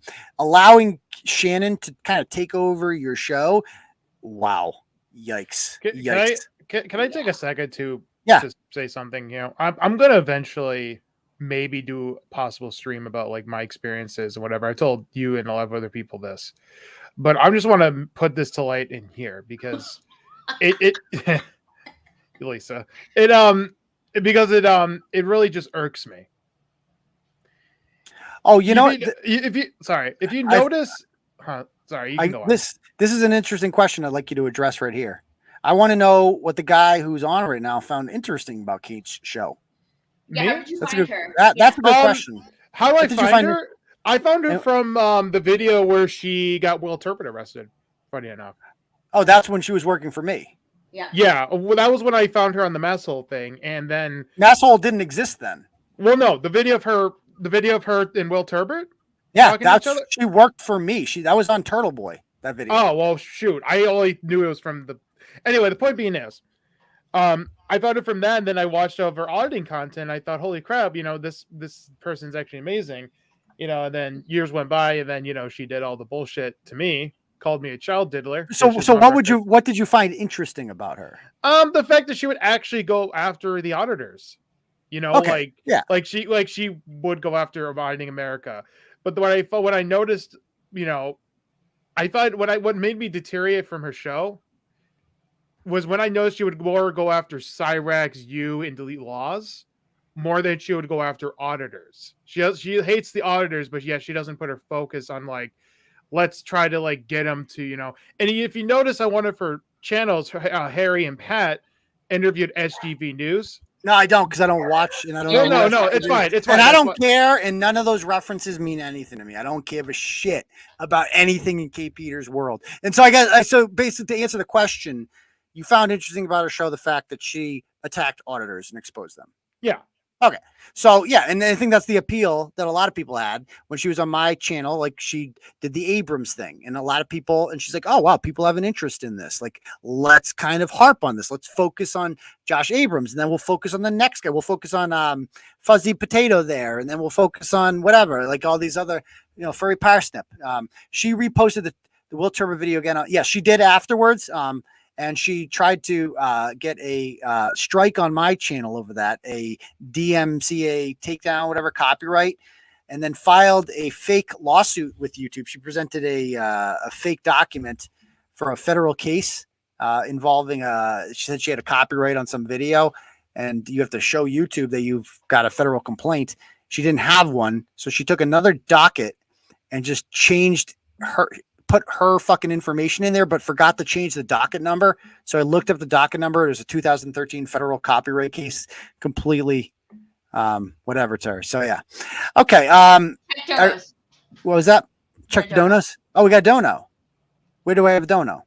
Probably Turtle Chat. But I was gonna sorry if I interrupt, but I was gonna say earlier when I checked the donos. If anyone wants to know the kind of people Kate backs, or these pro Kate accounts, go to Team Skeptic. Look at his freaking face and tell me that ain't someone that obviously follows Kate. Just saying. And he calls her his queen on many different occasions. Many. And it's cringy as absolute shit. So I don't know who some of these people are, but I mean, she's, like Bret said, she's really good at fooling stupid people. Some of these people don't sound that stupid. I mean, like that British bloke there, what's his name? Shiva. I mean, he doesn't sound stupid. I mean, like, has he just not read this stuff, or does he not care. I don't know. I mean, is she so convinced? All she ever says, we put out documents, and her response is, those are fake. That's it. That's all it took. Nobody's just like, oh, well, it's fake because she said it's fake. Is Minihane the one with the balls left at Barstool that hasn't gone full PC woke? Now again, I like Kirk. I consider him a friend. But what's Kirk done that's been ballsy since he got the Barstool? That'd be my question. Like, what's he done? Who's he? You know what I mean? Like, he's mostly in it for like trivia now and mini golf and shows. And like Kirk Kirk was on WEI, he was edgy. That's why people liked him. You know, he went after the Globe. He went after Cullen. He was great. People loved Kirk. That was the Kirk Minihane brand. That Kirk it's gone. I mean, the news show is just, that's not what he does anymore. And God bless him. I hope he's happy. If that makes him happy, God bless him. That's a show. He can do whatever the fuck he wants with the show. But it's not Kirk, and I would definitely not. And he's another one like with Dave. It's just like he's the whole like, oh, both sides suck. Like one of those guys. Both sides suck. Yeah, but Bob Murchison isn't a conservative. Bob Murchison is a raging liberal, and that's why he didn't like you. And eventually, you have to come to terms with the fact that the left has declared war on you, and you got to pick a side. So that's my opinions on that.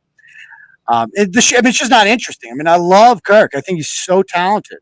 I don't find. I'm not interested in trivia at Barstool Sports. I'm not interested in mini golf. I have no interest in that. Oh God, golf! Don't get me started on that sport. Anybody else? Yeah, let's wrap it up. Yeah, I mean, yeah, let's wrap it up. It's 11:46. Yeah, what's important is that he's happy. Exactly. He called Portnoy out when his girlfriend at the plastic surgery told an employee to take down Yeah, he did go after the Minnesota bail. I mean, that was a couple years ago. You know what I mean? That's a couple years ago that happened.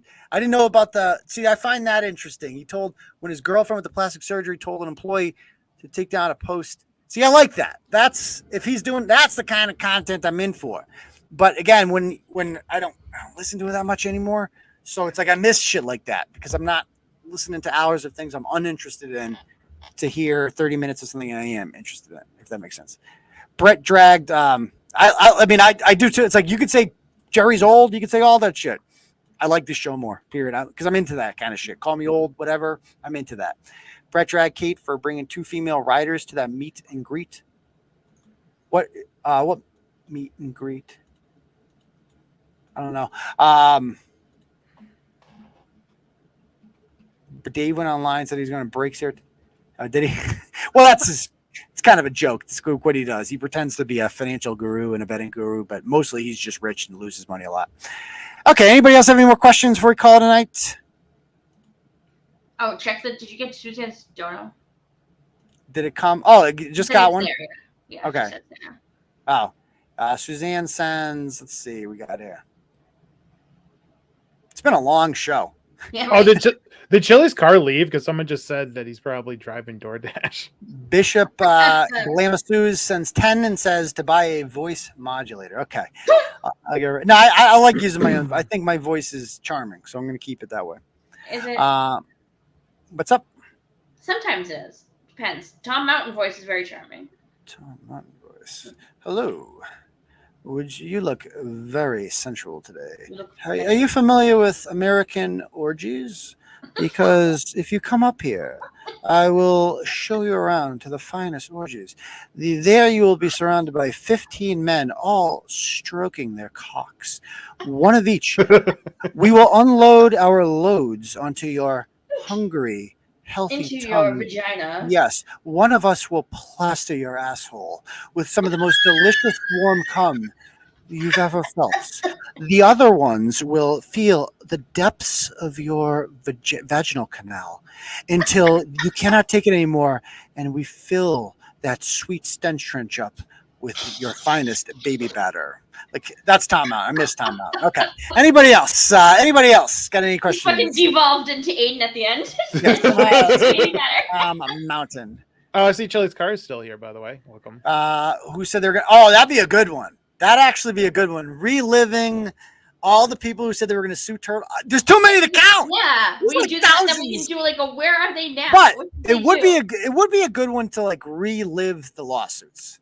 Like that would be an interesting episode of Turtle Club that we can do that nobody else gets. I like that. I like that a lot. Yeah. Again, if you're in Turtle Club and I have ideas for shows, I'm all ears all the time. So let me know. It's because it's your, you're paying for it. You get to hear whatever the fuck you want. Like let's talk about whatever you want to talk about. We can put a play on for you guys, whatever. Yeah. So. That's what I'm not loyal to corporations, man. I'm loyal to the people. It's Turtle Riders. It's called the Fuck Like Chrissy. Oh, her name was Chrissy. Oh, her name was Chrissy. Oh my God. That's gonna get classic. Yeah, it's classic. All right. Now the golf tournament, I'm gonna postpone it till next year, but we will be back. This was a bad year for it. Just because the demand for golf this year was like insane. And it was just like it wasn't. I'm gonna do it next year. The accordion anniversary. Oh, that was today? Oh, my chair. Today was the day that Gaffney talked. I was accused in court of kidnapping somebody and making a transgender baby. He said he'd take my baby and make him transgender. Yeah. So, all right, guys, we're going to call it a night on that note. And I love you all. Thank you guys for supporting what we do. If you haven't done so, please give us a thumbs up and leave a comment after the show. That helps with the algorithm. Subscribe if you haven't already. Hit that notification bells. We love you all. Deb, thank you for joining us. Jacob as well. Yo, no problem. All right, guys, and we will see you guys all on Thursday, Turtle Club people. Saturday, everyone else. Peace, Turtle Riders. Good night, everybody.